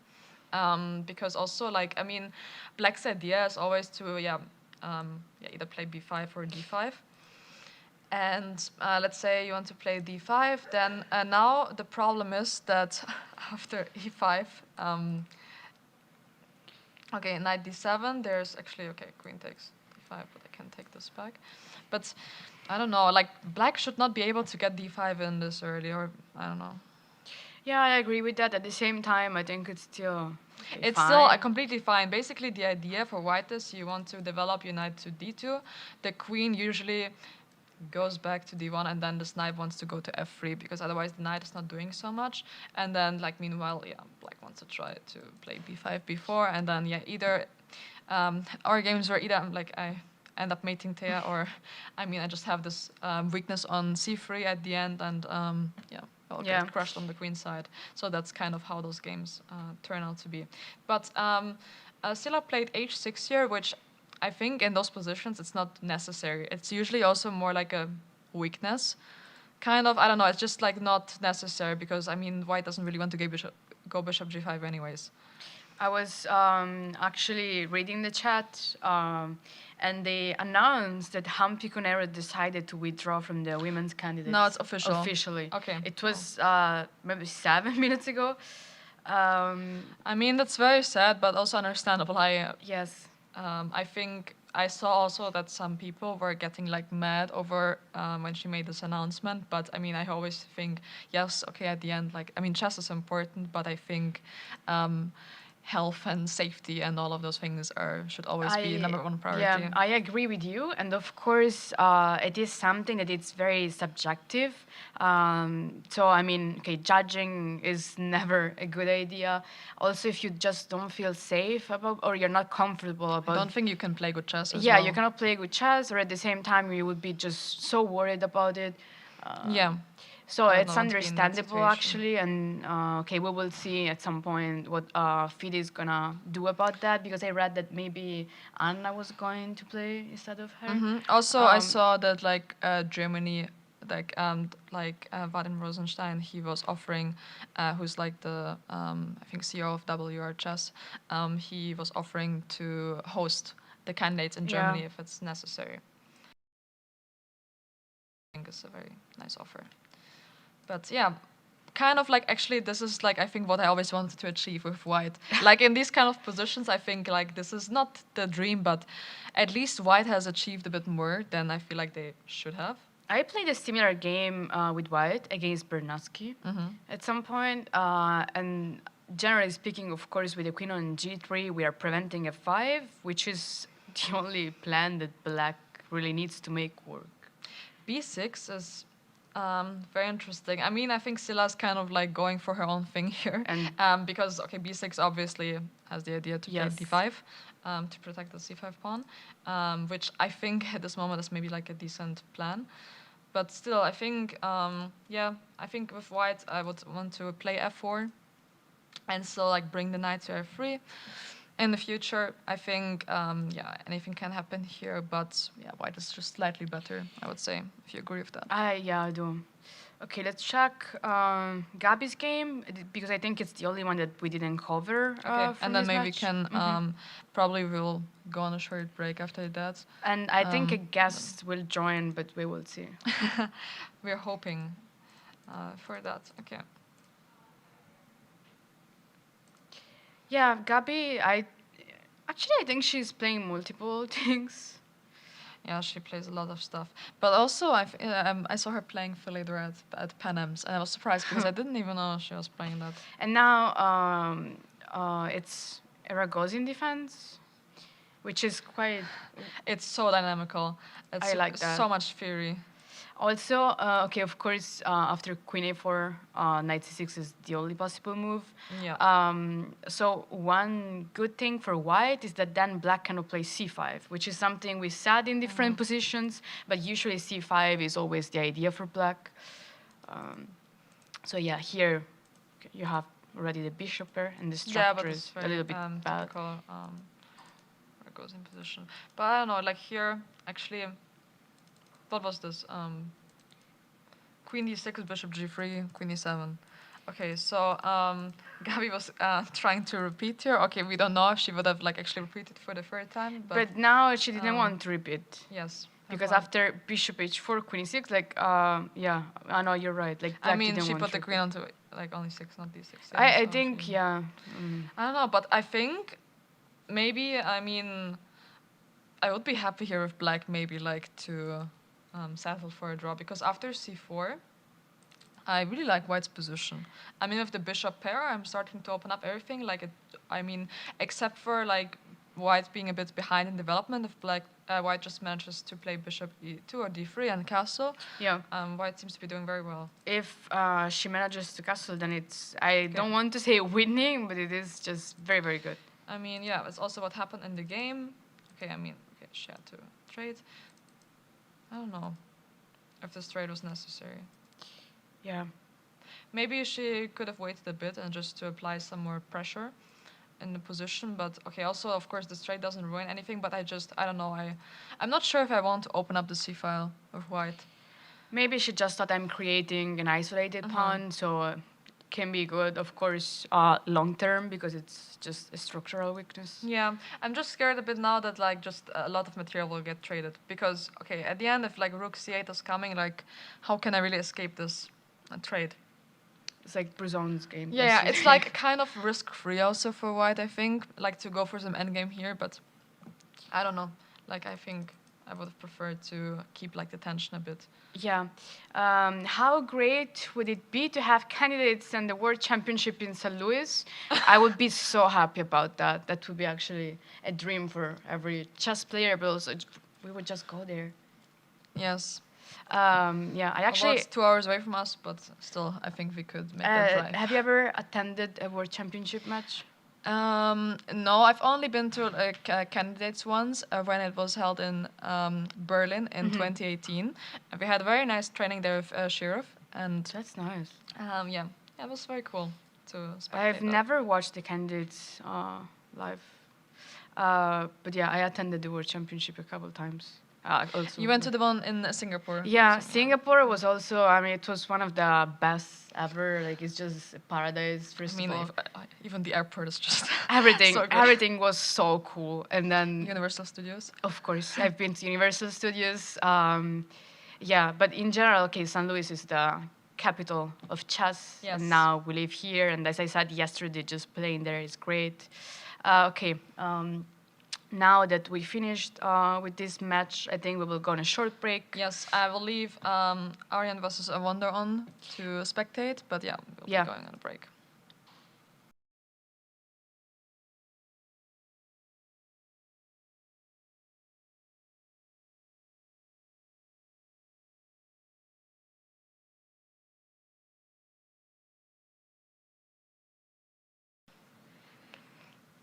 Okay, we are back from our break, and now we have with us recent SLU graduate GM Robbie Keflishvili. Hey, thank you. Thanks for having me, guys. I feel very honored. You should. Yes, of course.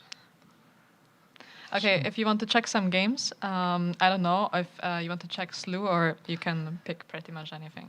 Okay. What did you guys look at before?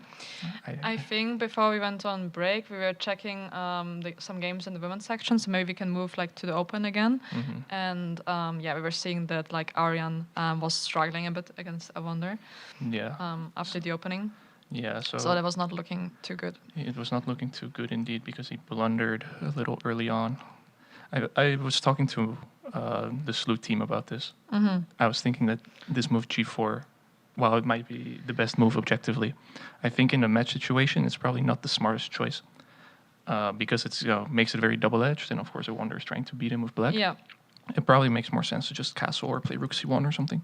Yeah, I mean, usually we were saying that like recently Avonder has been playing a lot of Italian. So like also the last time at Pan Ams, I think he played e5 against Aryan. So him already playing some kind of Sicilian signals, okay, he wants to win. Yeah, no, actually I played Pan Ams last year, and I also played against Avonder with white, and he played the same opening against me.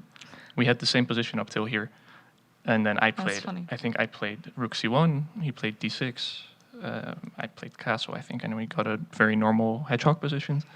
I lost, but he definitely came to the game trying to beat me.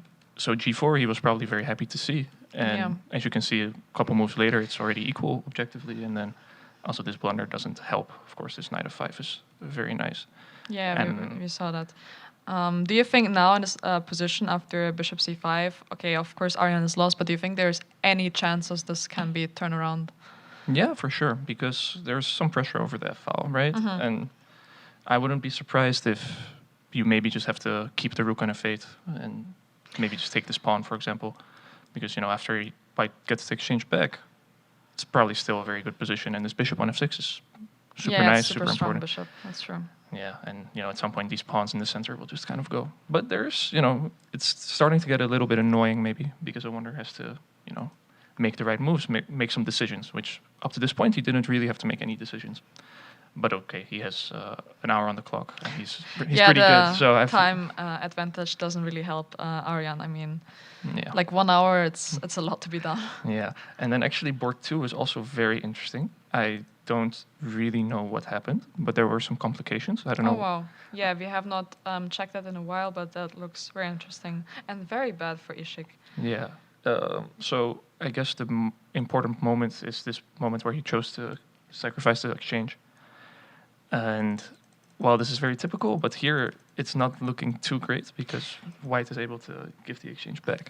Yeah, Grigory joined us earlier and he explained then, okay, that there's always this motive of rook takes e3, but actually then that's the advantage at least of having the rook on b4 so that e4 is protected and also you can kind of give this rook back at any moment if there's some d5 stuff. Of course, I wouldn't dare to disagree with Grigory, but luckily he's also just correct here. He's too strong to be disagreed with. Would you play rook takes e3? I love sacrificing the exchange. I have a problem with that actually. I do it all the time, even when it's not the best. So here at least it makes a bit of sense. Yeah, and okay, it's of course getting very difficult. A5 makes a lot of sense, and then afterwards, Black had to be very precise. He wasn't, which is super difficult. Knight takes e3 was apparently a mistake. Don't ask me why. And afterwards, Yasser found some very accurate moves. Yes. And he has the advantage now. The problem for Black, of course, has a couple of problems. And maybe we should say also for the viewers, why after c3 check, it was not possible to take on e2. Yeah, why not? Okay, at least then there's now bishop e6 check. And then at least there's f7 pawn is protected. And then there's the very nice idea of, like, let's say, okay, the king goes to b1 or wherever, then there's bishop d5. It's very nice double attack on both of those pieces. So that was like a small trick, but yeah, he was just very accurate. Of course, he's super strong, and he did not blunder this. So yeah, he did not take this knight. And now, to be honest, after king b1, there's like a lot of problems because bishop e6. Now, since it's not coming with a check, there's always queen c6 check, right? And it's just and problems. Black has some other issues also with rook d1 coming. The fact that he is not developed with this bishop on f8. And also still this knight on e2 is just trapped. So at some point he will have to give up some material if he even gets his king to safety at some point. Yeah. So yeah, I think Mizzou is in a bit of trouble. Luckily they have quite the cushion in the tournament. Yes, they were doing very well in the first 2 matches. So yeah, I guess again it has to come from their board 4, Mahel. He has to maybe try to win or try to hold with Black against a high-rated opponent. Yeah. I mean, they're both super strong, like both Mahel and Francesco, but at least in the position now, it doesn't seem like so much is going on yet. But to be honest, maybe I would be a bit more comfortable with Black here. What do you think about that?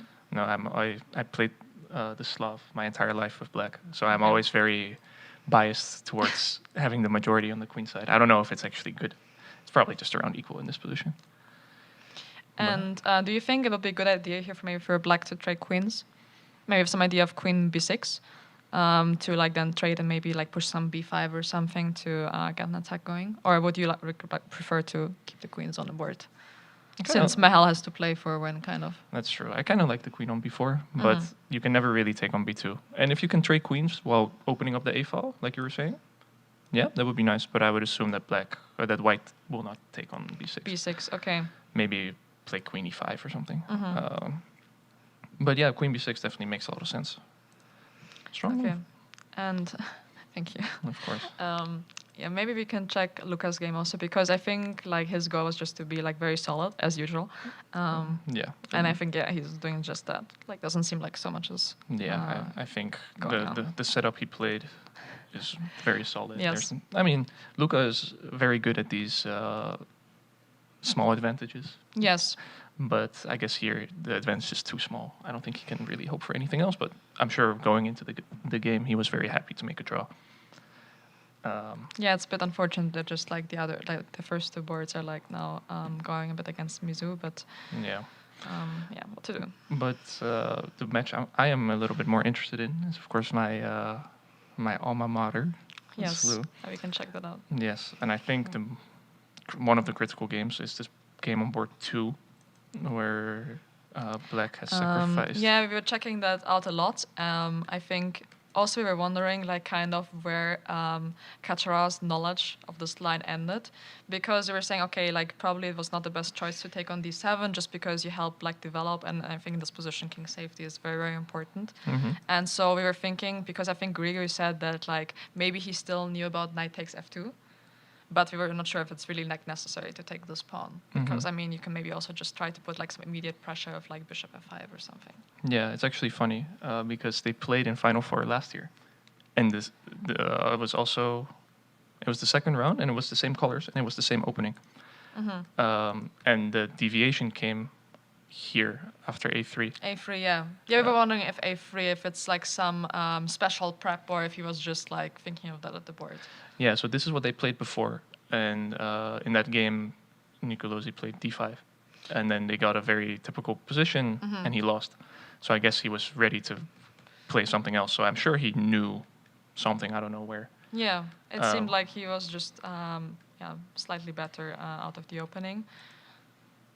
Yeah, so I guess that's all you can ask for, to have a good position with Black. And now, of course, he sacrificed a piece, but he has a lot of threats going his way, right? Queen h4, king has to go to e2, and then rook to e8. Yeah, it looks a bit scary for white.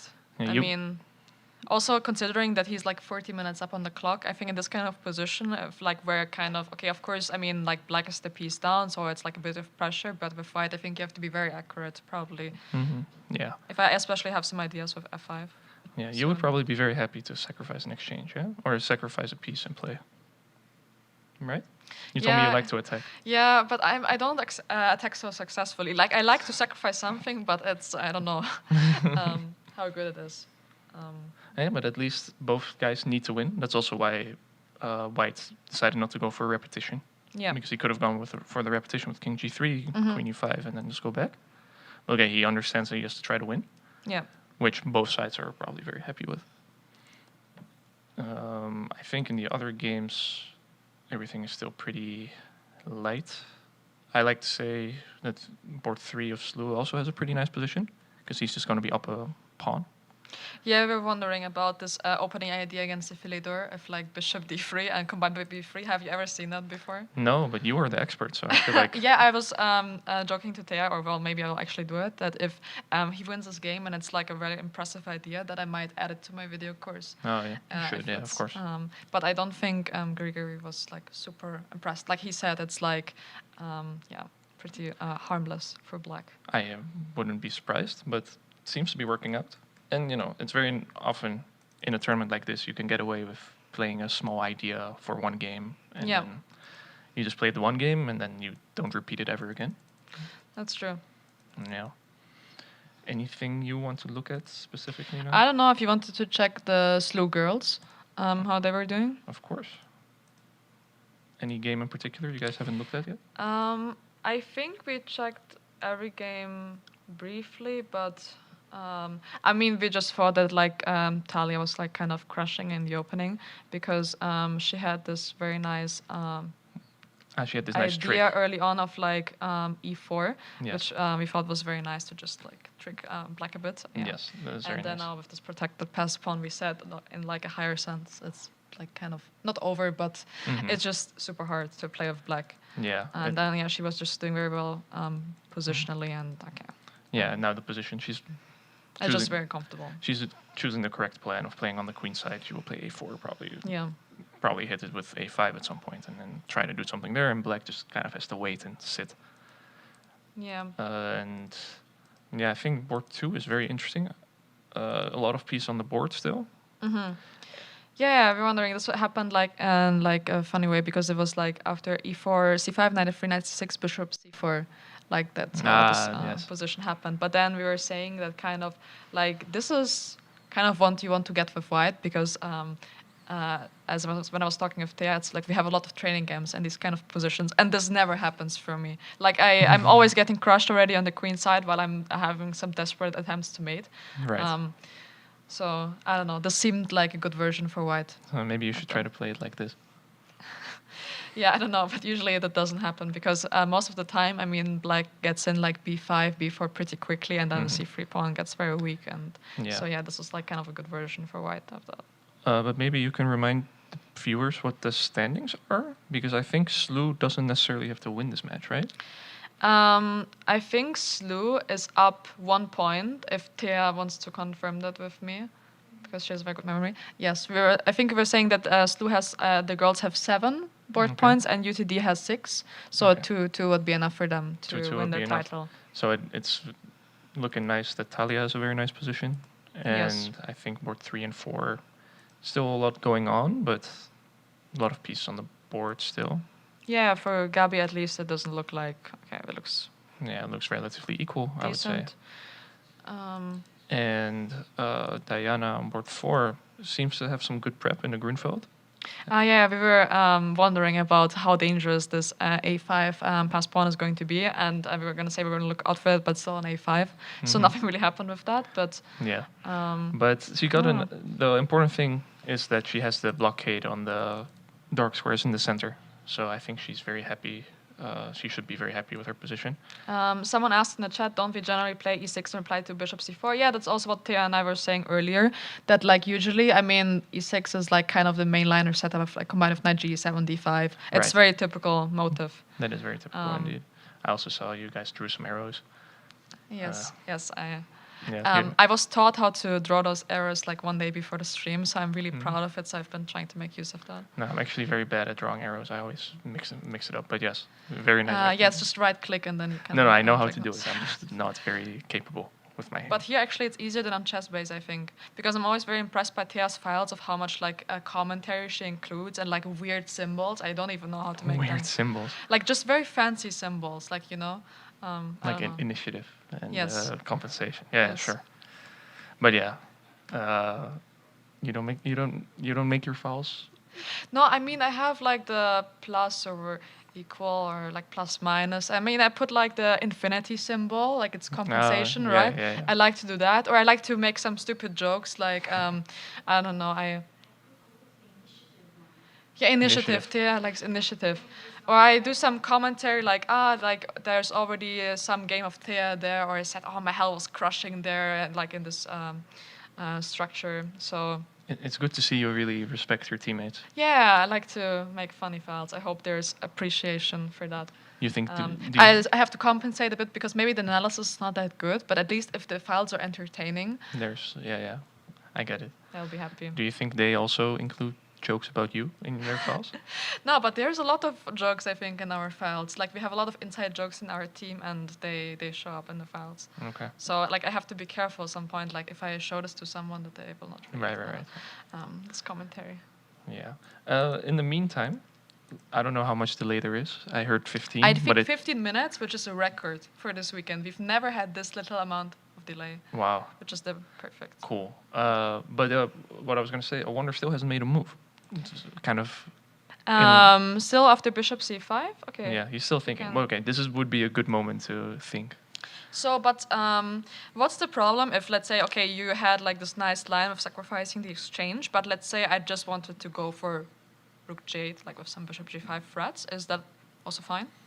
It could be, but you have to watch out that there's not some f takes e6 jokes. But I guess you have bishop g5. I thought because I have the intermediate move bishop g5, and I thought, okay, of any trade with bishop e3, I mean, I will be very happy with black. Yeah. And as long as I don't run into some weird mate along this diagonal, I don't really see what's going to happen. But if he's thinking, that's a good sign, I think. Well, I mean, I think he understands that he only needs a couple of good decisions to kind of win the game. Yeah. So this would be a good time to think, because it would be kind of stupid to rush now and then make a blunder and then kind of ruin it. Because if I understand correctly, Webster really needs a big score to get to stay in contention. But for what? For the win, right? Currently, Webster in the open section is on 0 match points. So I think at least for first place, there's no chance. Because even though we only care about board points, but I would assume with 0 match points, they don't have the amount of board points needed. Well, I guess they need to win 4-0 to overtake Mizzou. But okay, that's very unlikely. Yeah. But they have to try. I They guess. should try. I mean, also, I think, yeah, I'm a bit more of a fan of like match points than board points. I don't know if you share that opinion, but to me, it seems more important to win a match. Yes. Right? I agree. So yeah, with board points, at least like anything can happen, which at least makes the competition a bit more interesting. And I think earlier, someone was asking about like where we see like collegiate chess in 5 years, and then I think Thea was saying it would be interesting to have some Pan Ams for rapid and blitz. What do you think about that? Like, do you think people will be interested in that? Yeah, I mean, we used to have the collegiate rapid and blitz championships. But that was in person, right? Yeah, and then Because also now it's online. one time we had the Pan Ams be rapid. I think this was 2020, or 2021. Pan Ams were online, and it was rapid, and I think people enjoyed it. I mean, it was less of a time commitment. Yeah, that's true. People like faster time controls anyway. But especially if it was maybe on the same weekend or something, you could combine it really well with Pan Ams if it also to do rapid and blitz. Yeah, because 2019 they had the in-person rapid and blitz, and that was just a weekend, and I think people enjoyed it. I would enjoy it. Do you like rapid and blitz? I used to be really good at blitz, and now I'm not anymore. But I don't know, like I think at some point, at least my FIDE blitz was still like above 2300. So then whenever I went to World Rapid and Blitz, I just lost a huge amount of rating because somehow I was like performing very well, but because everyone was low rated since they don't play, I was losing rating every year. Yeah. And now it's very, very low. But I think definitely Thea is a much better blitz player, even though she doesn't want to admit that because I think she doesn't have to play CCL, but she's so much better than me at blitz. I see. Well, you guys, I'm sure, have a lot of blitz matches. Yeah, but as I've said yesterday already, the preferred time control team is 10 seconds plus 2 seconds per move. That seems fair. Yeah. It's very nice, and also Thea's super good at that. Yeah, at SLU, whenever we would have trainings and we would play blitz, we would start at like 1 minute plus 2 seconds, and then as time passed by, we would go lower and lower. Good times. The worst we ever did was 1 second plus 1 second. Oh, I would lose on time immediately. Yeah, it's kind of tough. It just doesn't work for me. Yeah. Isik likes to play this like no thinking chess, like so you have to move after 1 second, and it just doesn't work for me. I just start blundering everything at some point, but he's very good at that. Also at like magic chess. I don't know if you know magic chess. Yeah, it's like everything. The pieces move like what's like the file, depending that they're on. Oh, he explained this kind of stuff. Me. But then the END, it's like normal, like nothing is happening, and I think, okay, also the king cannot change. But I don't know, I saw him play that at Turkish League before even coming to Mizzou, and I was super impressed. And I just thought, okay, this guy is very good. Yeah, a lot of respect for your teammates, very good. Yes. Okay, so we still have nothing after bishop c5, but to be honest, I think this is a very critical moment. It makes sense to start thinking, especially considering how much time he has. Like, I know so many people... yesterday, I think we were mentioning Giga Kwapayace, who just blitzes everything. We're wondering if he would actually be better if he started thinking a bit more, or if he might be worse. Probably worse. I think also it's very possible. But, like, I don't know, to just, like, be able to blitz and have, like, around 25-50, it's so impressive. Yeah, and he has some very convincing wins against very strong players. But, yeah, it looks like everybody is kind of taking their time. We're not getting any updates in the positions. Someone asked, don't you think that private sponsors need to get in to support chess talent, the biggest example being Rex? Talking about Rex Sinkfield. Well, I think he's already investing a lot of money into chess, especially in St. Louis. And I mean, he not only sponsors the chess scholarships at SLU, but also at Mizzou, since his wife went to Mizzou. Yeah. So we are only here thanks to him. So I think, I mean, you can always say someone should invest more, but I think he's already doing a lot for chess. So indeed. Yeah, that should be on to like other people. I don't think it would be right to ask him for more money. I agree. Okay, but I don't want to keep you here longer than you want to. Well, I appreciate the invite. I will go back to watching now. Yes, thank you for joining us. Thank you. No, you can leave. Okay.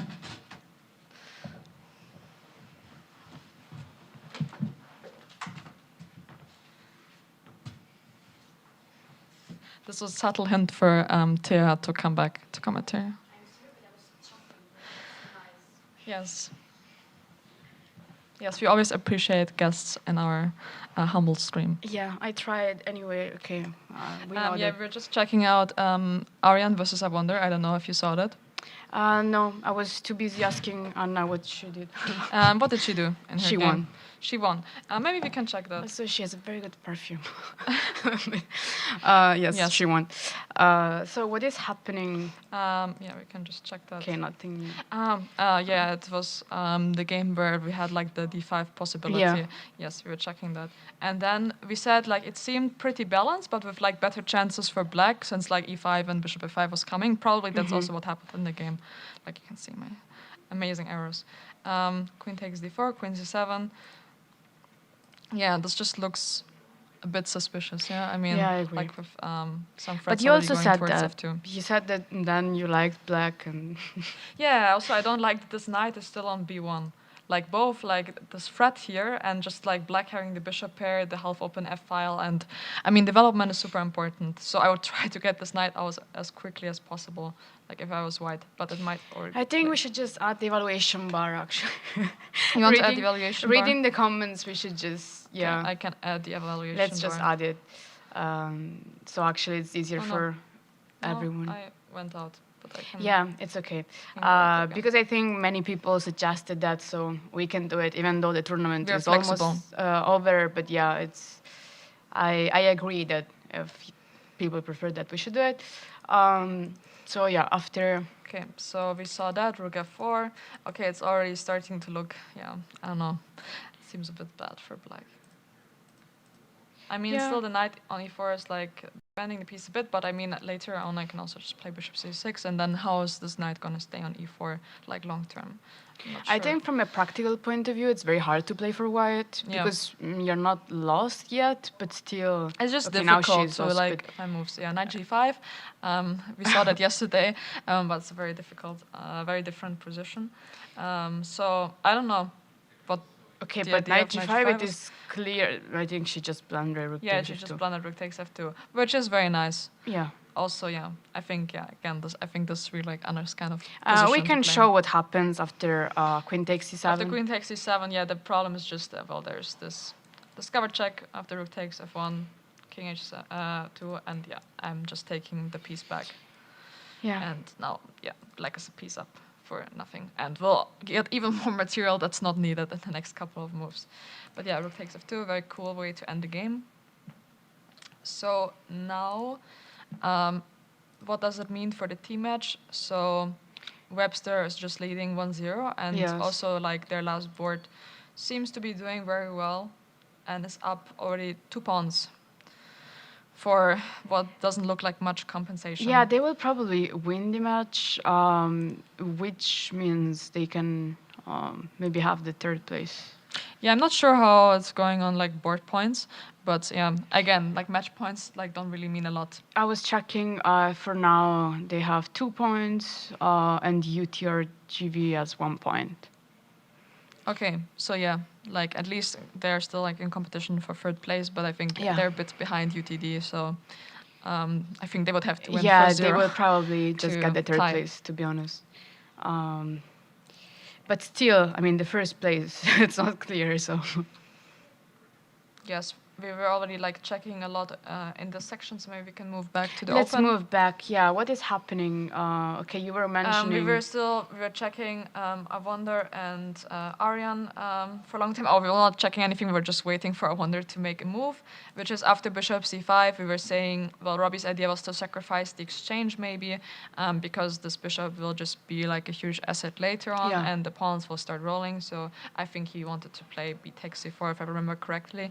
Also, rook g8 was interesting with like bishop g5 threats. Okay, rook g8 seems the most natural move, Yeah, to be it's honest. just I would like just that play there's, okay, maybe sometimes some e6, f takes e6 ideas, but after bishop g5, I mean, you will just take back. Yes. But I can understand, maybe there's some risk, some threats along the diagonal, you know? So, Okay, instead, he played decided, yeah. bishop g2. He Bishop wants to be G2. creative. I mean, it's a cool move. Like, just to show off the queen takes g2, queen takes c5, of course. Yeah, I mean, he's just the exchange up, and I mean, the position is completely falling apart, especially this bishop on f6 is defending everything that will never be made on g7. So and trading pieces when you're up is always a good idea. So yes. Yeah, this was a good choice. It still doesn't look very good for Aryan, even though, okay, after bishop d6, at least he's trying to win some bishop material d6 back. looks like a good choice. Yeah, but queen takes c4, and now we can show also what happens after queen takes g2, because I wonder, of course, calculated everything. Yes, we have complete faith in the Wonder and his calculation skills. Yeah, even though it's bad for Mizzou, but we do. Actually, he's very strong. Probably just bishop takes c3, and everything seems to be working. I don't know, but at least I think maybe after queen c2, you can have some slight hopes. I just went for this line, queen a1. Okay, let's say just for everyone, just if there's queen takes c2, king c2, takes c2, and now actually like white would be like almost winning, because now the bishop pair is huge in its position, and also of course this threat of bishop e5 check. So the two bishops against the rook are always winning. But so queen a1 check. Yeah. King d2, there's nothing after queen takes f1. I mean, there's no way to mate. I always have f6 and other moves, so this is not possible. Yeah, that's a little bit unfortunate, because otherwise I could say queen c3 without f6 it would be. Okay, so we have to go queen b1, and I don't know if it makes a difference to go rook fc8 or rook ac8 to give a check. I mean, maybe as a human, just I would like to move away the rook that's hanging, for sure, as like kind of like a precaution. And after king d2, I mean, if black is not mating and he does not manage to gain one of the bishops, I can see Aryan having some kind of chances. Yeah, here. that's true. Because his king is super weak, but you know, like also you have to be very accurate. So queen d3 is like must played. And I mean, already I think now if you start giving some checks, like, to be honest, white's king is, I mean, of course it's very, very unsafe, but at least like, I mean, there's no rook c3 due to bishop e5. So if like black does not have a concrete threat, I think, to be honest, this is better what Aryan had before. For sure it is, yeah. I mean, compared to that, it's something can still happen if black is not precise, as you said, even though now he started thinking and probably like before playing bishop g2. I think before playing bishop g2, he already saw all the line that we already analyzed. Yeah. And so maybe he just has some very, very deep calculation here and will just show us how I think so. We saw also now the moves have been played queen takes g2 and bishop takes c3. Also now there's, of course, bishop takes f8. Yes. So we should pay attention to that, but let's say I just move bishop. There are too many checks, I think. e5 or something, and okay. Also, I was also thinking from a human point of view, but maybe it doesn't make any sense. For which line? No, just I was thinking where to put the bishop, because you said bishop e5, but I was thinking also from a human point of view, even if I just play bishop g7 and they take back on f8, I have a lot of pawns. Okay, king b1, and you just want to take rook takes f8. Yeah, I just thought maybe at least I can try with f6 something to just, I don't know, like I would like to lock out the bishop from this diagonal. So, I mean, of course, black still has a very nice position, but maybe, you know, I can try something in some... I don't know, I only said that I have 2 pawns. Yeah, I mean, it's still I'm just counting. Very good. He took on f8. Also, we have to admit that Aryan has no time. So for him actually to calculate b takes c3, I think it will be very hard. Because if he invests all this time, and he knows, especially after move 40, there is no additional time, and his king is like out in the open, I mean, at some point you just don't have the time anymore to calculate anything. But he knows that it's lost anyway. He knows, so that's also why. I mean, even playing that line... Played, bishop f6, checking b1, rook takes f8. Yeah, so now he's blitzing. I mean, Aryan is down 2 pawns. It's opposite colored bishops, which we were saying earlier, is good for an attack. But at least it gives Aryan some kind of like counter chances. So I don't know. I don't know anything. I also don't know. I don't understand. He's just. I mean, the game is just. I mean, yeah, of course, it's kind of over. But again, we will try to remain positive for our teammate. Yeah. What about Isik? Because I didn't see his game in a long time. Yeah. We were saying that he was lost, but now it's not looking... He was lost? Now he's better. As everyone also can now see by the evil bar. Yes. That I generously added. Because before I only had it like in the women's section, I forgot to add it here as well. But now we have it here as well. So I think the point where I left off, we saw it was like a very, very complicated position, I think, for both sides. But actually, Quesada was like very accurate. He found like rook b7.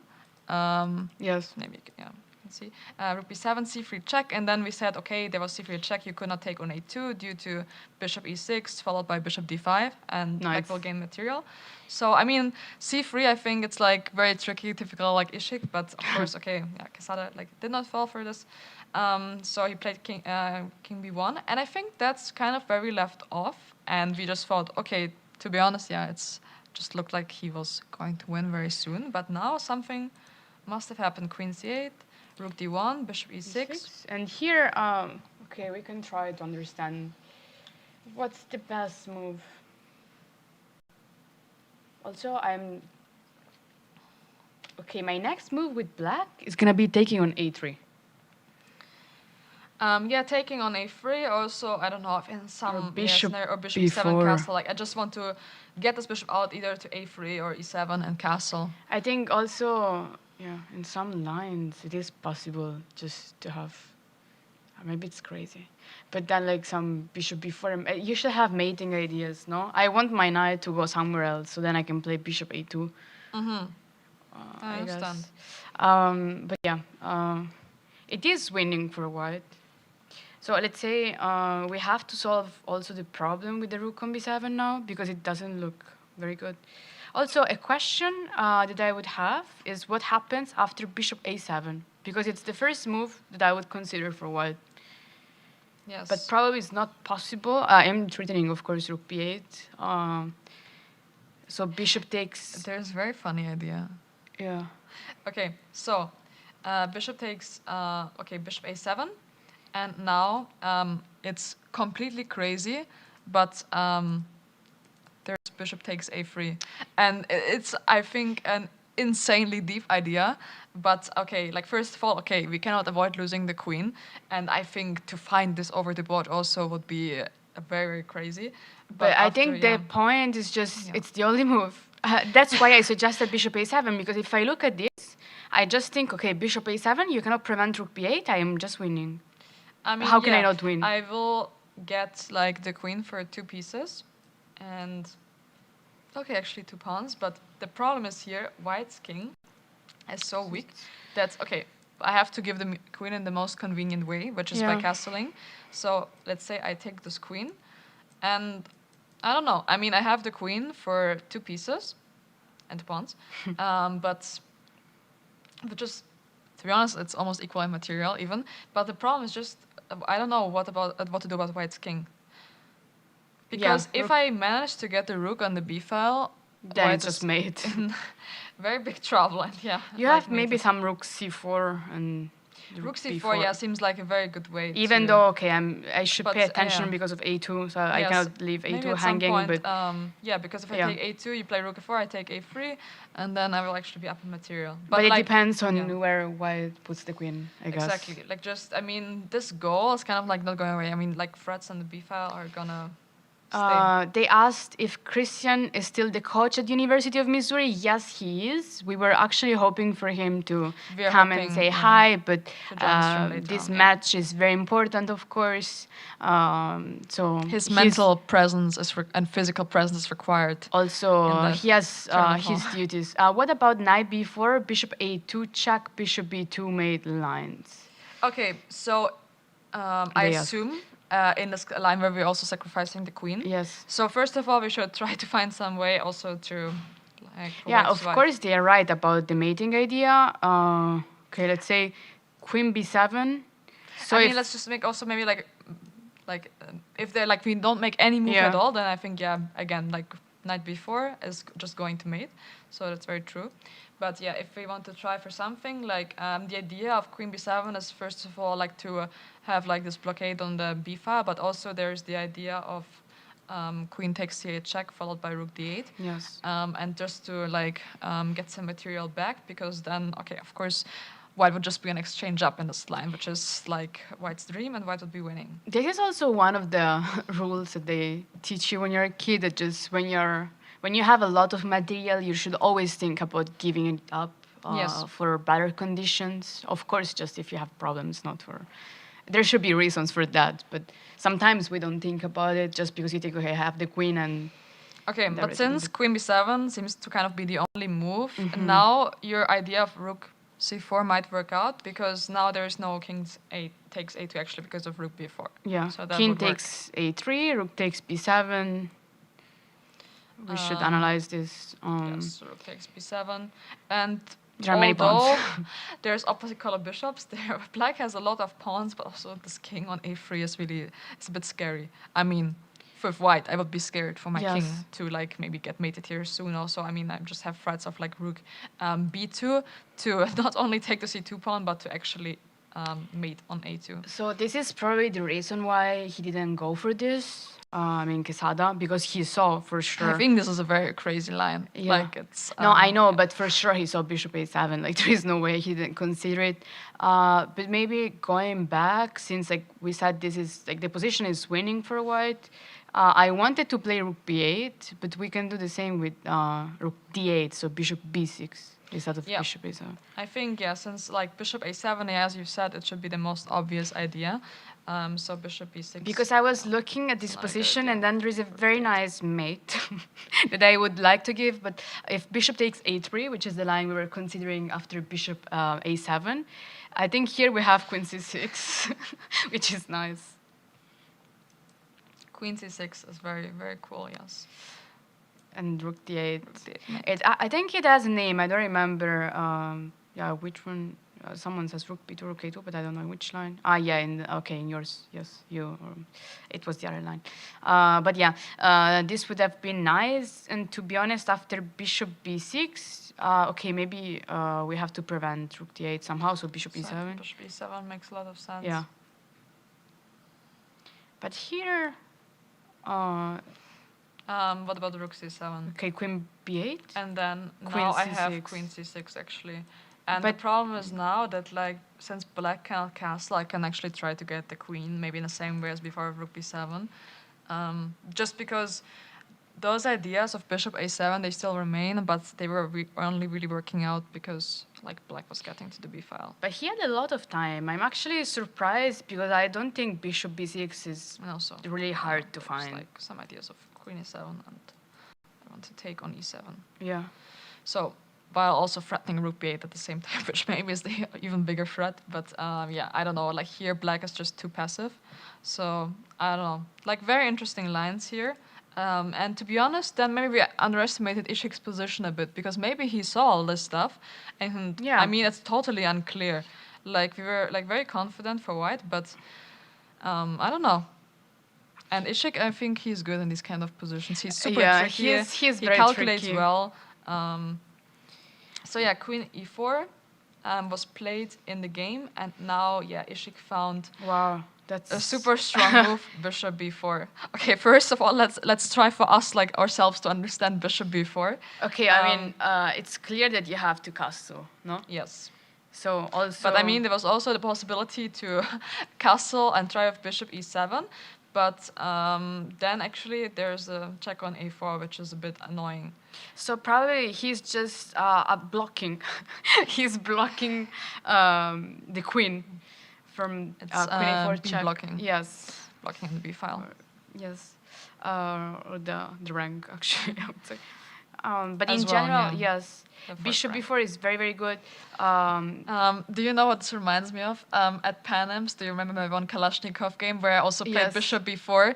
And I played it in a moment where Isik was watching my game, and I was very sure about the line, but it was a super cool move. And then he was there, and then I was just trying to make it on time so he would see my move, and it was also Bishop b4.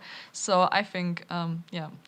Yeah, they asked for other games, but I think for now also this is probably the most interesting game, considering that they are playing for the title and it's very unbalanced. And Bishop b4 is maybe even the best move of the whole tournament that we analyzed. Bishop b4 is super cool. I mean, there were a lot of good moves, but yeah. But this is cool. I think we need to go on a break again to recharge our microphones, but I leave the position, the game of Quesada versus Isik on, so you can follow it live, and we'll see you shortly after about 10-minute break, I think. Yeah.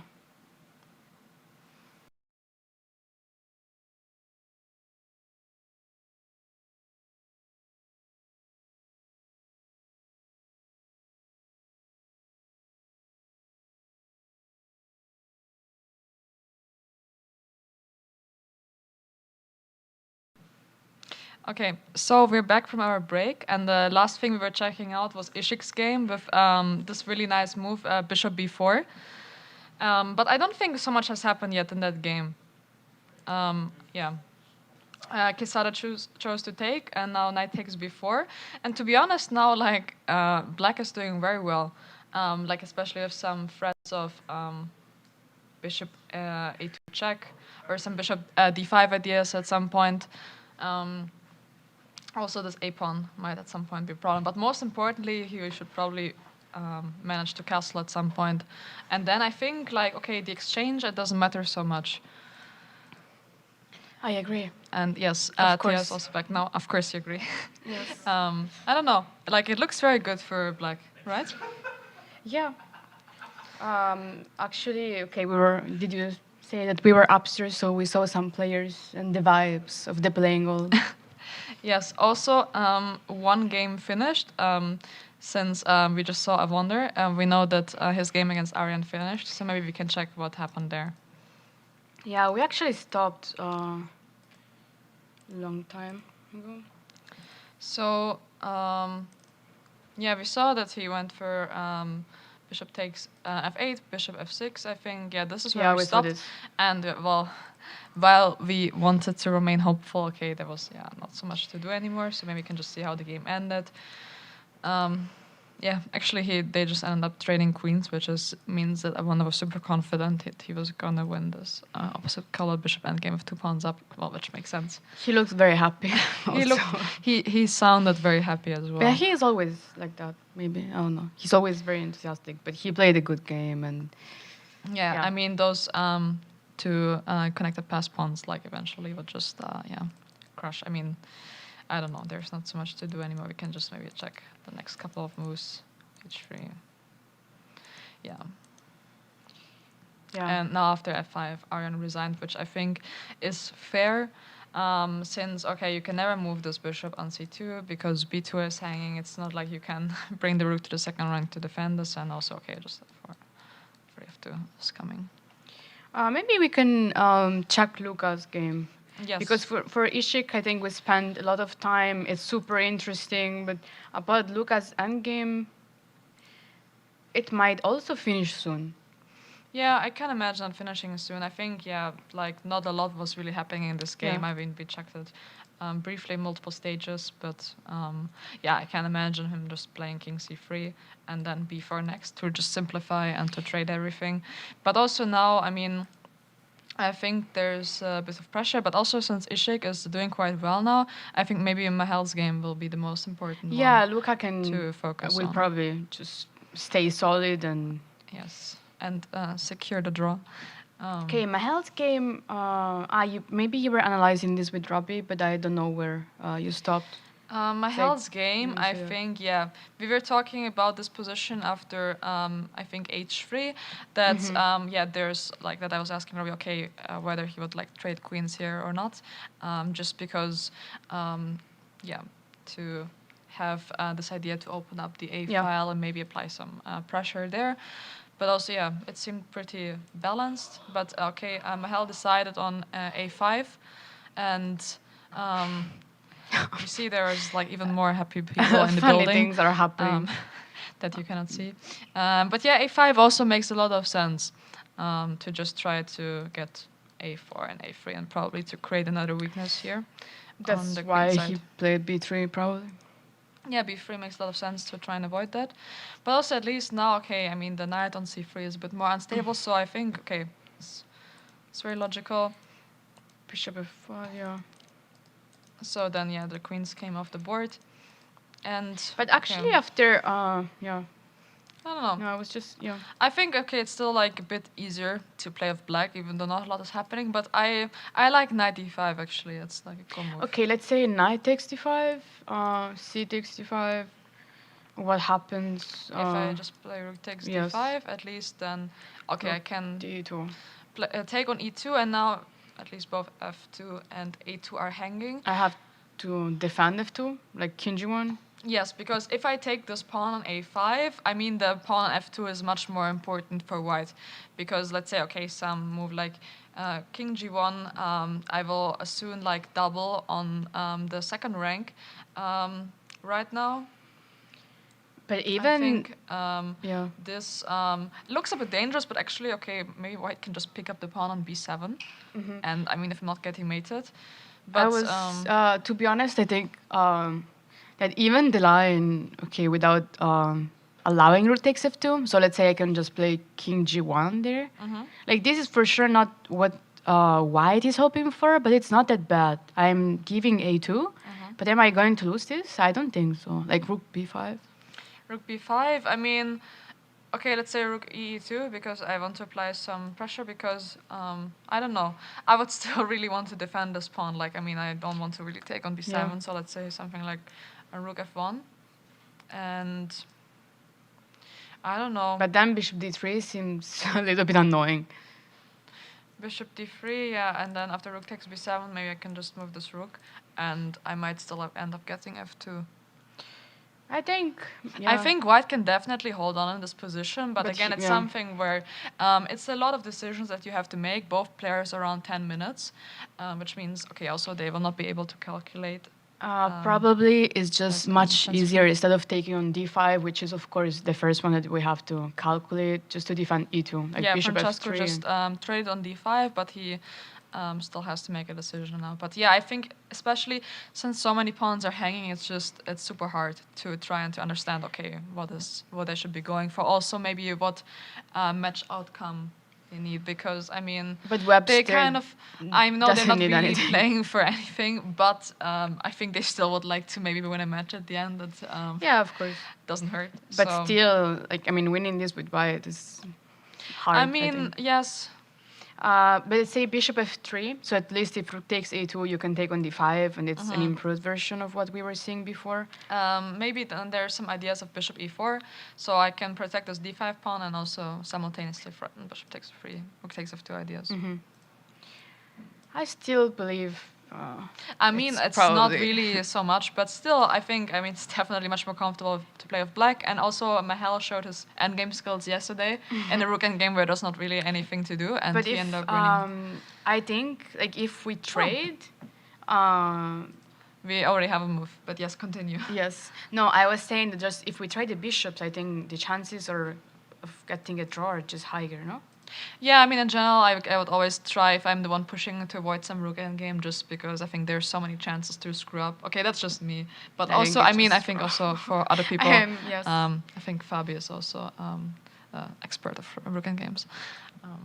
I thought Shankland was the expert. Yes. Yes. I actually bought books. I didn't read them, of course. It is clear from my reading. But I have them, so it's still good. I think those are very good, like theoretical and conceptual rook games. Yeah. They were published, I think, last year, I don't maybe read 2 years ago. I'm buying a lot of books. Rook games. Yeah. I only buy non-chess books. That's maybe. I think I only buy, like, whatever book I buy, I don't read it, but it is very useful also. Like, if you want to read, but if you want to understand. To fill up our storage unit over the summer, definitely is. Yeah, this is true. So you want me to have less space. No, also, how can I spend the money that I have? Okay, anyway, let's move on. But let's say, you were He played rook takes d5. Yeah, that's what I said. Like, we have the move, rook takes d5 was played, which I think, I mean, maybe I would still like prefer bishop f3. Me too, but I think every time I am saying something about Francesco's game, I am always suggesting moves that are not the best ones, and then unfortunately he's playing those moves. So maybe it's just the so Italian. You're not rooting for Mahel? No, then the Italian connection is just bad for Francesco. Okay. Like he shouldn't talk to me anymore, probably. But no, I mean, it's very hard for me to root for someone. I have understand to be, that you're unbiased. Yeah. With this one. But after, the line that we said, rook takes d5, rook d takes e2. Yeah, I mean, I think, just black is pushing a bit, but I don't know, like, I think the advantage can actually get bigger here very easily, like if you're a bit inaccurate. Yeah, I agree with that, which is going well for Mizzou. Yeah, I mean, we're happy to see that. So Luka actually, now... not much has happened. I mean, the pawn structure changed a bit, but I don't think it's necessarily to his disadvantage. Of course, I'm not the biggest fan that those pawns are on light squares of the bishop. Yes. But I mean, usually in this position, like nothing should happen. I mean, Luka is definitely strong enough to not screw up anything here. Yeah, I agree. Also, with the 15 minutes delay, I think. And also, he has 20 against 4 minutes, which Let's see the match also between Zlu and UTRGV. I think, I would like to check board 2 first of Cardoso's game against Catrava, just because it was super interesting the whole time. Wow, now actually white is still the piece up, but somehow the king managed to get to c1, which I think, is kind of white's dream. So maybe we can see what happens here. Like earlier we saw that, there was a chance for perpetual, but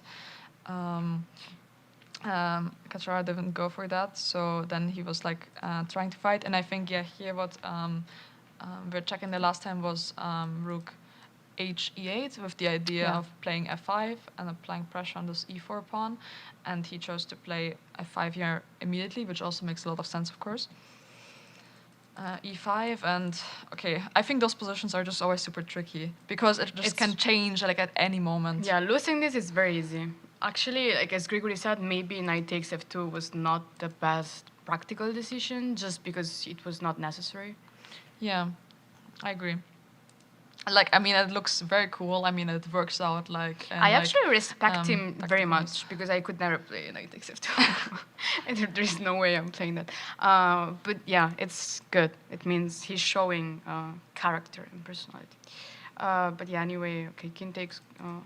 King e1, and no, I mean, it's just super hard to understand how to continue here. I don't know, he chose queen g2, which they asked why can't white try bishop f1 c4 and getting the rooks on the set, but I guess bishop, it was Francesco's game. That sounds like Francesco. So we will go back. I mean, I will just want to check a bit what happened here, but then we can go back to Francesco for a moment. Yeah, I mean, now just the king managed to get to c1, and although this passed pawn is already on f2, but I mean, this rook on f1 is very solid, so it's not like this pawn will promote it anytime soon. d2 is protected, so to be honest, I'm not really sure what black's idea is in this position. I agree. At the same time, maybe it's not too hopeless.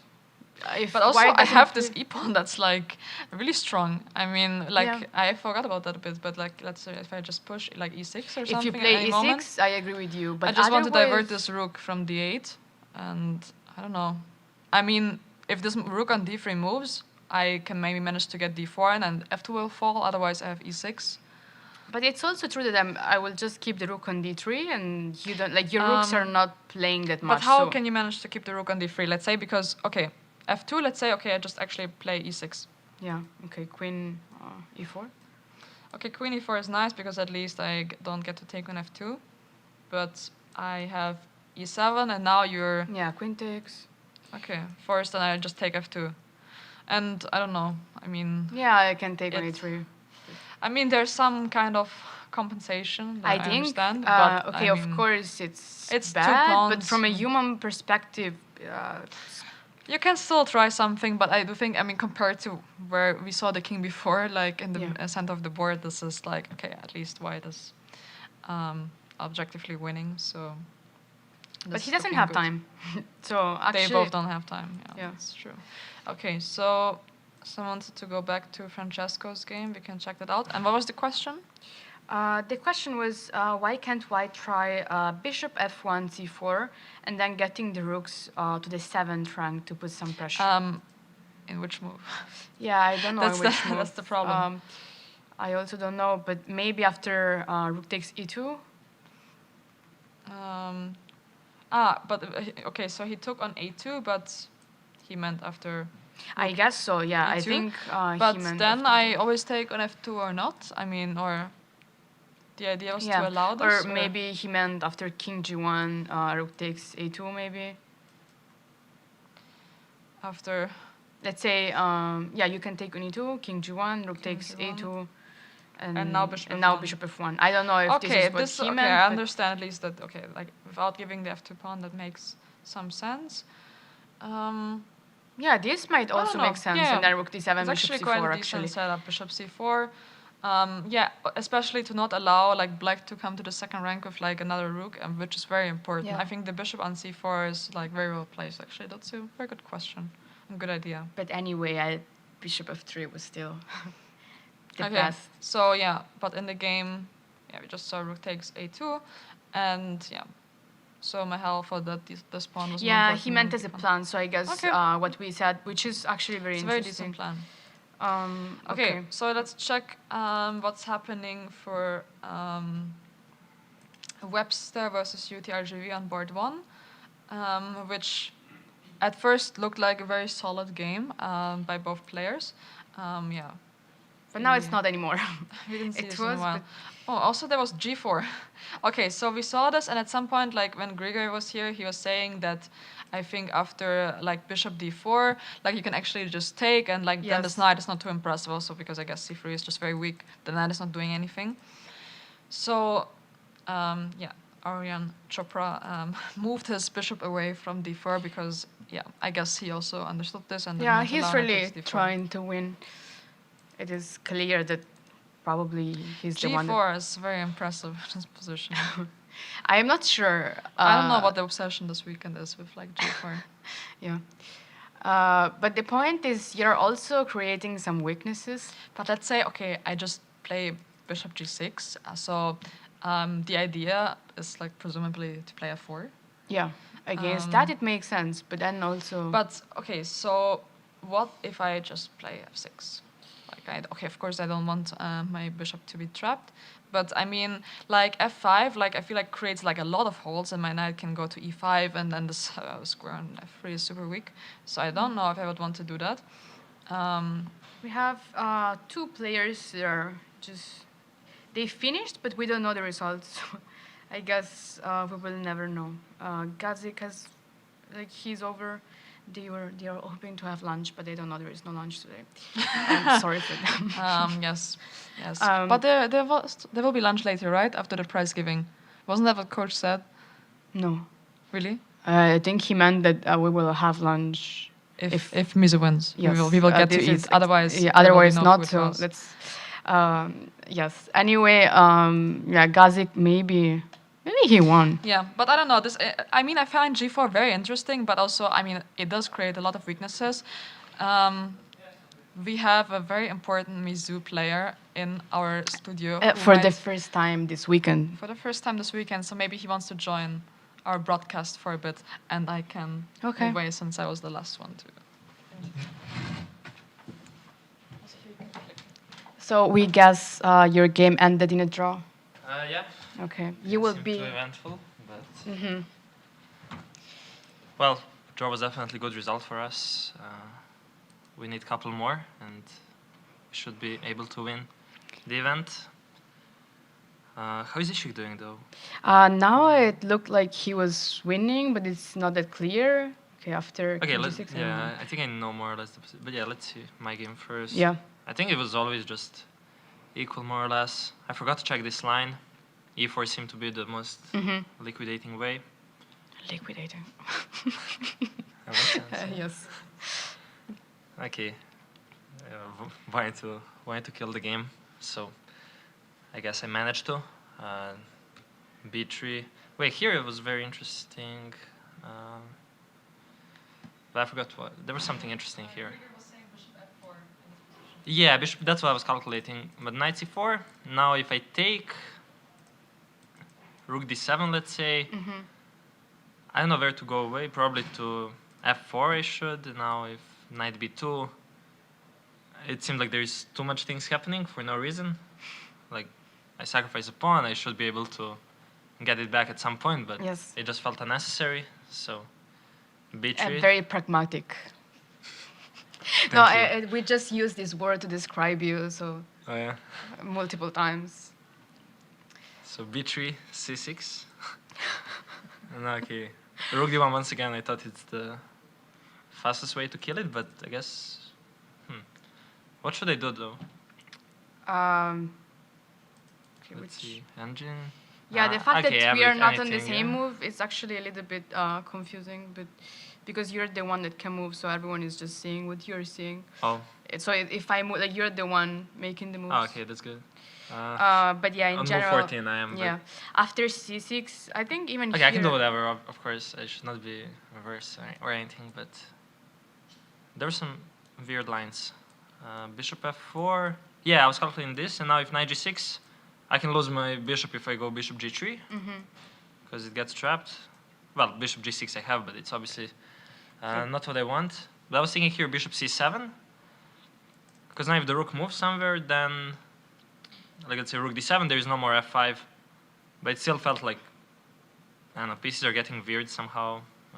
f5, if it happens, it can be annoying. Someone asked, which team is this guy on? I think you can see it from the t-shirt or shirt. It's unclear. It's unclear if this is t-shirt or shirt? Yeah, because it doesn't really look like a shirt, to be honest. It's just a long sleeve, but... If you say so. Yeah, we don't have it, unfortunately, but it is the same team. Mizzou. Yes. And we said this, but you already won once in 2024. Like, you're the only one in the team that has already a title. Yeah. Well, hopefully it's 2 out of 4. Not a bad collegiate career. That's true. You're a veteran of the exactly. team. By far, actually. So, okay, after c6, I went rook d1. I thought I'm just trading everything away. Also, I want to put my pawn f3, bishop goes to e3, knight f2, and then I can trade another rook. So I don't allow like any pieces to play. But here there was some, I actually didn't see that there is this idea of going bishop g4 first, because now after bishop c5 check, I don't have bishop e3, because like my knight is not in d1. And here there were some weird lines that I was just making sure I'm not blundering. f5, and now some knight f3 or something.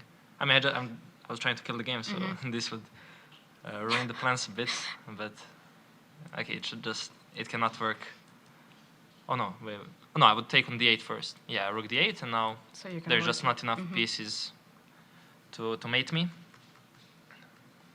So okay, here bishop f4, f6. Yeah, this no. Was this the moment? Yeah, now after rook d1, takes 6. This was probably the last chance that, like the last time that he actually was thinking and trying to do something, because there's knight c4. But it would be kind of a desperate try, because, okay, not much happens. He has 3 pawns, but they're not very mobile, and, okay, it should be equal for sure. I'm not pressing yet, but if someone is. Again, on knight b2, I was thinking.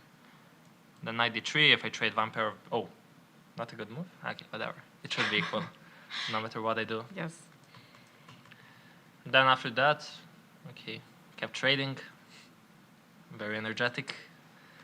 And now, okay, f4, I thought it's good to put pawns on dark squares. Yeah, Annmarie was very happy about that. Why?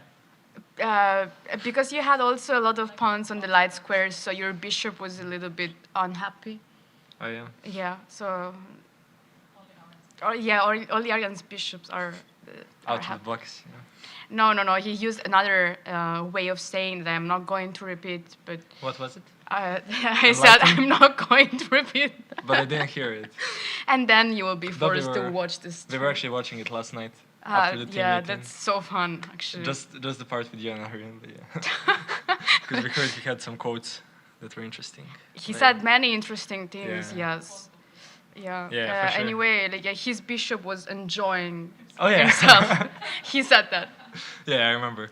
That's what we were looking for. So that's not for your bishops, unfortunately, but then Okay, it was and fine. I kept trading, and before, okay, it cannot be anything here. And now, yeah, my bishop is not enjoying himself, especially here after knight c6, yeah. But okay, what? I put it on d1, and now it's It's like a I just fortress. chilled with the king, and that was it. He kept Yes. playing for maybe like 15 more moves, I think, for whatever reason. I mean, He maybe pushed for the- the team, they Okay, were but just...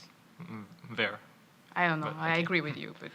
Anyways, let's get to Isik's game. I think that's more important Yeah, at it this was point. probably... Okay, this is what happened. He went rook b8 check, I think, and now he went queen d5, queen g7, king f5, check here. Now I think he went rook g7. It should be a draw. They traded queens. It must be a draw, actually. This was the game, I think. Queen d3, takes. Now Isik played f5. Okay, not like anyone can really push here. Isik is just gonna go rook b3, take on d3 at some And point, nice. trade the rooks, just draw. So wait, we need... If Mahel draws, that's it, I think. Yeah.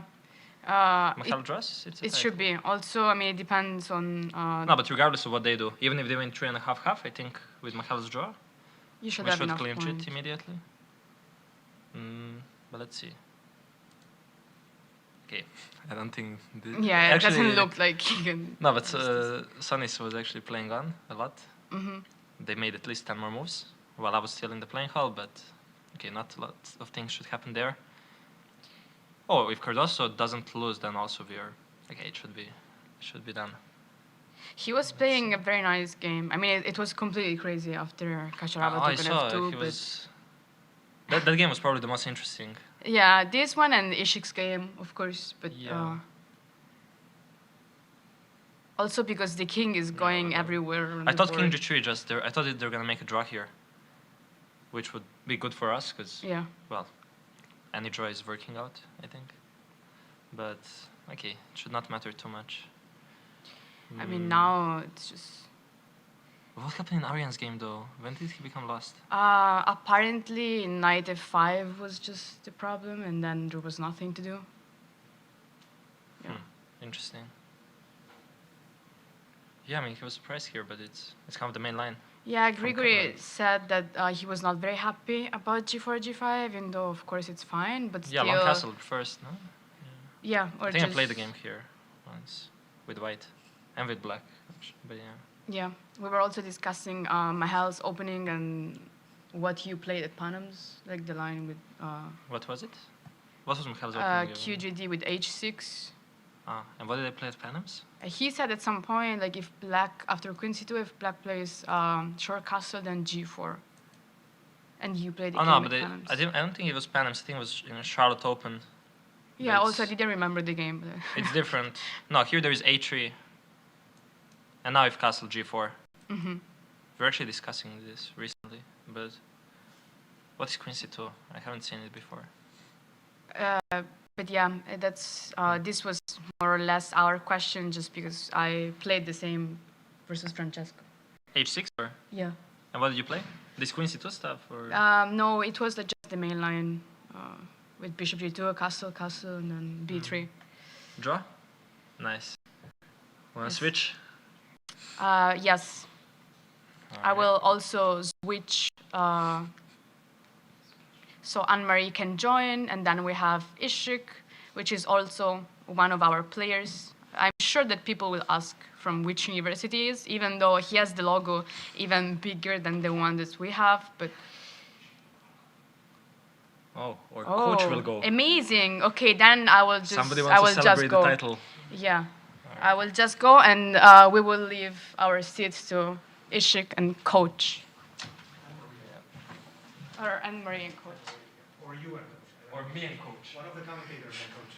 Okay, then I will stay, and Annmarie can comment with Isik. I don't know. Don't work. Also, Mahel is here, so everyone is. We should just be all here, I guess. Should I get in or? Yes. I don't know That's exactly. You can make the moves if you want to. I'm just reading the chat as well. Okay, well, Okay, first of all, it's clear now that we won.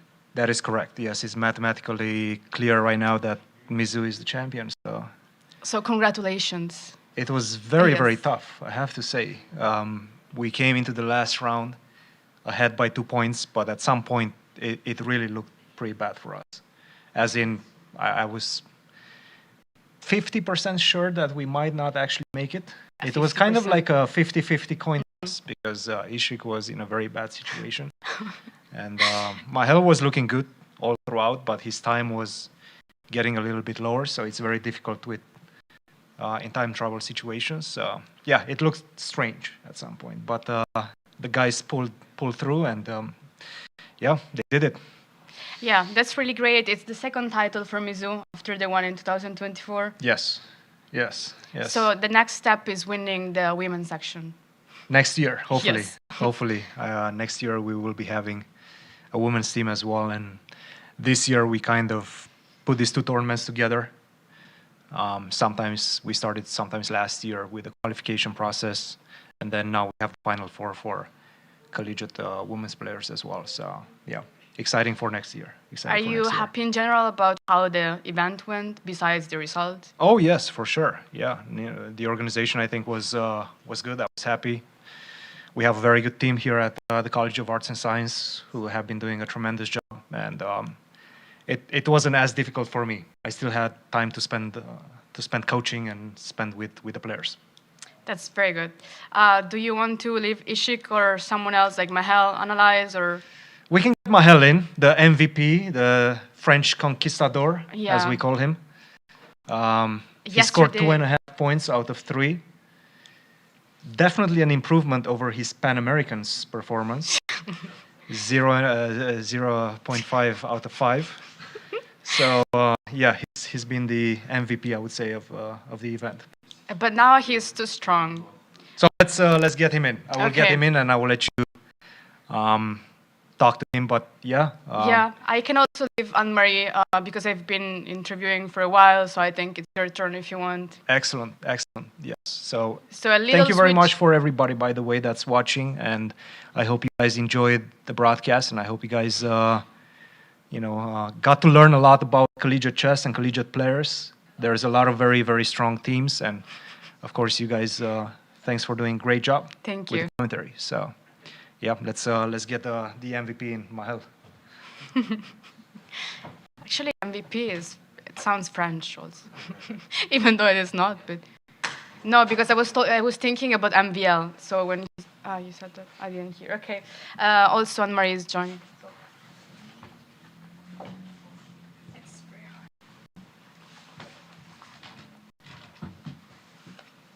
Okay, so we just had our head coach, GM Christian Kirilla, with us, and now the fourth board this time, Mahel Boyer, who was already with us yesterday and showed his endgame skills.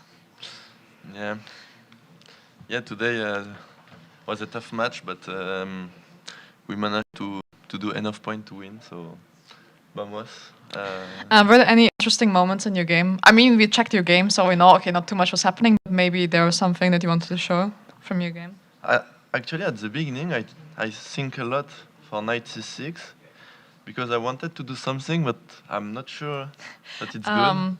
We have a former Mizzou student who was saying, Mahel waited to show the ace until his opponent showed the king. Let's go Mizzou by Roger Harshit. Conca.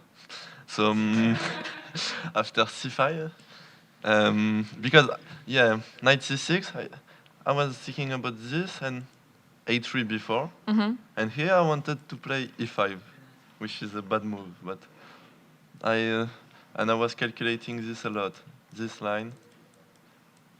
Oof, but yeah, he didn't play that because if he played that, I would be worse. It seems, but okay. Whoa. It seems I have to play this with b6 and b4 and change everything. But I was thinking, if we have a position like this, I will be slightly worse. So I wanted to play active with e5, but I guess computer don't like so much. Okay. Yeah, someone else said, so technically Mizzou lost today but won the whole event, right? That's yeah, correct. Yeah, exactly. I mean, because also board points are more important than match points. Sorry? Board points are more important than match points. It's the only thing, yeah, which yeah. matter, yeah. So yeah, like we scored if we combine our 3 matches, we score the most points. That's correct. So. Yeah, because here after bishop g2, I just take on c4 and my position is fine. So we played. Yeah, here actually I played bishop e6. There was some crazy lines because he can attack my 2 piece. I take, and queen knight before. And here he can take. And I was not so sure. He has 3 pieces with the queen, but I have 1 pawn also, so I thought it should be fine for me. And if he protects the knight, I have c6, so and he's still pinned, so I thought it's quite good. Mike, I should talk a bit more to the mic. The mic? Yes. So, yes, okay, but after I played Perfect. queen a4, which I changed everything and I was quite fine. Okay, here we just play normal moves. I think it was mostly equal. And yeah, maybe instead of a5 I should play queen b6, but... Okay. We were wondering about this. I think it was when Robbie was joining us. I asked him because he said he has been like playing Slav for forever. So he said, okay, we were discussing queen b6, and then he thought probably white would rather play queen e5 than trade queens. Yeah, because otherwise it would seem like very like easy to play for you, to push like b5, something play on the a file. Yeah, actually I was afraid of queen e5 or queen f3 to keep the queen, but like I guess if queen a5 and knight d7, I win a tempo and I go knight c5. It's also a bit the question, where's the queen going actually? Yeah, and if queen f3, I have knight d5 and now the bishop is not cannot take my knight. So yeah, it was probably more precise, but I just thought, okay, I wanted to play some logical move or protect my queen. My pawn is not gonna be hanging. And here we played some moves. Oh, and I can play this, yeah? Yeah. Wow. Why? I thought he has 2 rook versus the queen, so it's a good deal for him. But you're like the expert of like material imbalances or not? Like you say, you check the stuff a lot. Not here, yeah. But like yeah, I always check. But I thought it's not good for me. But I miss that I can attack this 2 pawn. I think, like the rook and the pawn.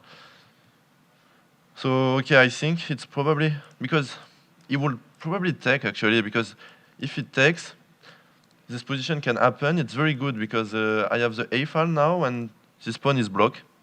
So his knight is attacking, the pawn on e2 is hanging, so it will be very good. But I play bishop c2, I actually overdraw on this move, but because here I think it's just equal. And yeah, there was some funny stuff, but he just defended quite well, and I think I could not be better.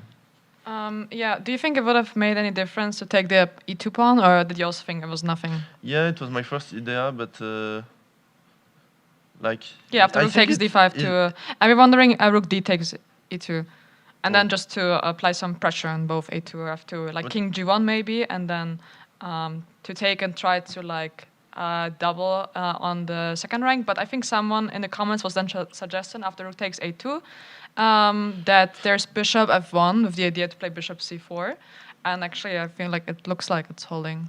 Yeah, it should be holding. Maybe it was probably a better try, but also I wanted to play very like solid, because I was not sure that I thought if I lose, maybe we were not first. Yeah, clear. of course. I didn't know. Result, yes. So, but yeah, it was better. I should take this pawn because yeah, actually, I think I forgot that when I protect this pawn, because here yeah, I can just go here and I attack. Yeah, exactly, and then white has to remain passive, like rook f1 or something. Yeah, because I mean, you don't really want to. The best line for white is rook take f5, because if I take the rook and So, but still, my rook. But then you also I have keep rook and my b5 rook- or not at the end. Sorry. So you have rook b5 then at the end or not in this line to take the pawn. Yeah, I can also do this. Yeah. So it's slightly better for me. Yeah? I should go for this. Yeah, that's why we're thinking that maybe I think that he might play bishop f3 to just defend this e2 pawn so that this whole line does not really happen. But I don't know. I mean, then I thought you were going to try with bishop e4 or something. Yeah, exactly. I thought if I change bishop, it should be equal, but only me can play yeah, for the we win. were thinking, it's kind of like yesterday, you know, like, and you already have the confidence from the rook endgame. Yeah. So, and here, okay, solid. I protect everything. I guess I should... rook d8, I let him go bishop g2 and the rook endgame is draw immediately. I could maybe try this. But I thought rook c5 and yeah, my bishop is more active. I protect my pawn and again now if we go in rook endgame, I don't take this pawn because he will take this one. Yeah. So this will be equal, but I can bring my king and maybe push and it's slightly better for me. But yeah, I wanted really to play safe. I will play this, just protect and attack everything. Yeah. And after I think, oh, it's actually okay, but like it was just equal, I think. Someone in the chat asked again, where's Hans? And just again, to our knowledge, he's not enrolled in any university in the US or outside, so it's only for collegiate chess players as he went. Yeah, only playing chess, not studying, so he cannot play. So yeah, I think my game was. I mean, it was super solid, and since especially maybe I could try more somewhere like to take what you said is to take with this pawn was a better try for sure. But okay, I just thought. I mean, I think as long as only like 1.5 points were needed, and if you know it's good enough to win the title, I guess I would also try to be as solid as possible. And I mean, as coach said, you scored 2.5 out of 3 this weekend, which of course is a very good result. And I think so you can be very happy. Yeah, I'm happy for my performance and how coach said last time it was very bad. It was not 0.5 out of 5 because it was 6 games, but it was 1.5 out of 6, which is very, very bad still. But I managed to do better. The team won, which is the most important. So it's great. I'm happy. So how will the celebration look like for the title?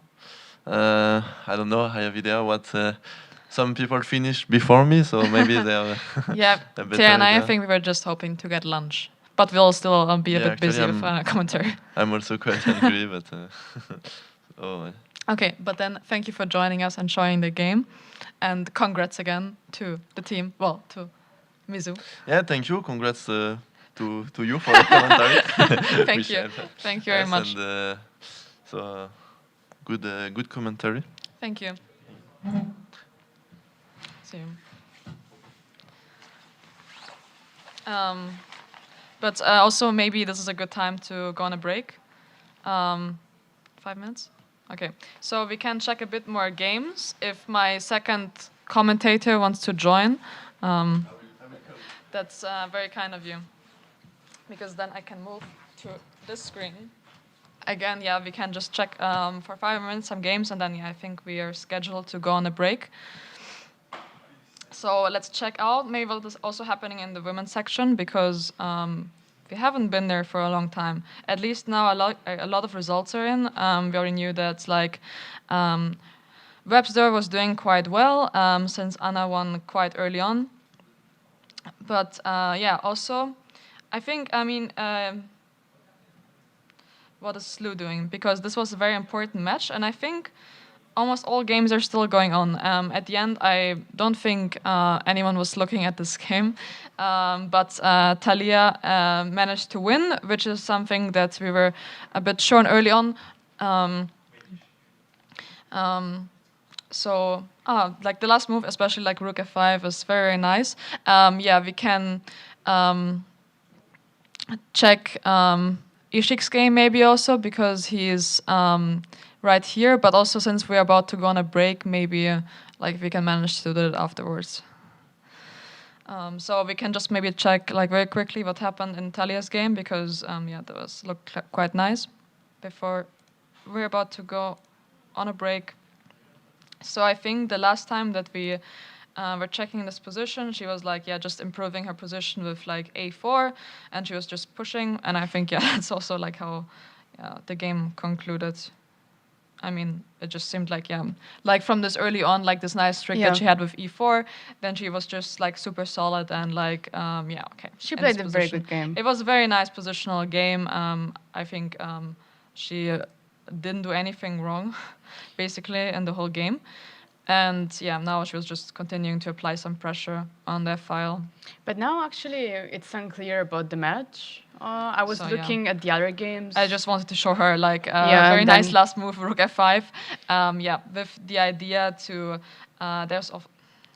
no, I'm not last move. Rook f5, of course, has multiple ideas, but I assume the main idea was to threaten. Rook takes h5, and then after, yeah, if black wants to take this piece, then there's bishop f8 followed by mate. So I think this is a good way for us to go on break, and I can try to find some interesting game that's still going on to leave. Yeah, there is probably only one game going on in the open section, but you can put Sila's game, I think. Yeah, because we were not checking there for a long time, so maybe, yeah, that's for anyone who's interested in what Slu is doing. And we'll go on break and be back in a short amount of time.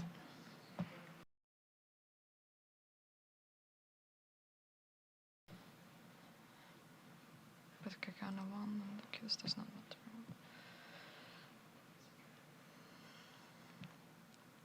Okay, so we are back from our break, and I don't think, we will continue the broadcast for so much longer just because almost all of the games have ended. Yeah, online there is always the delay of 15 minutes, but we were just upstairs right now, and there are 2 games going on. So in the women's section, this is actually like the last one. You can see Gabi's game is the last one. Yeah, okay, she's a piece up for like in the rook game for 2 pawns, but okay, like even in the best case scenario where she gets the 2 pawns, which is already a bit tricky. Yeah, it's like a theoretical draw. So we have complete faith in black to hold this. Also, according to coach, it should be official that in the women's section, Slu won the title. To like just reply to one of the questions, because they asked, technically, Mizzou lost today but won the wall event. Yeah, we were already, we answered that. Yes, it's true. So yes, we won the event, Slu won the event. There is also one game going on in the open section, which is Aryan Chopra versus Gleb Dudin. Actually, upstairs it felt very, like everyone was very focused. So right now, Slu versus UTRGV in that match, it's 1.5. So it's gonna decide who is gonna be second. Okay, so we have a queen's ending with a pawn up for Aryan Chopra, but yeah, usually this should be a draw.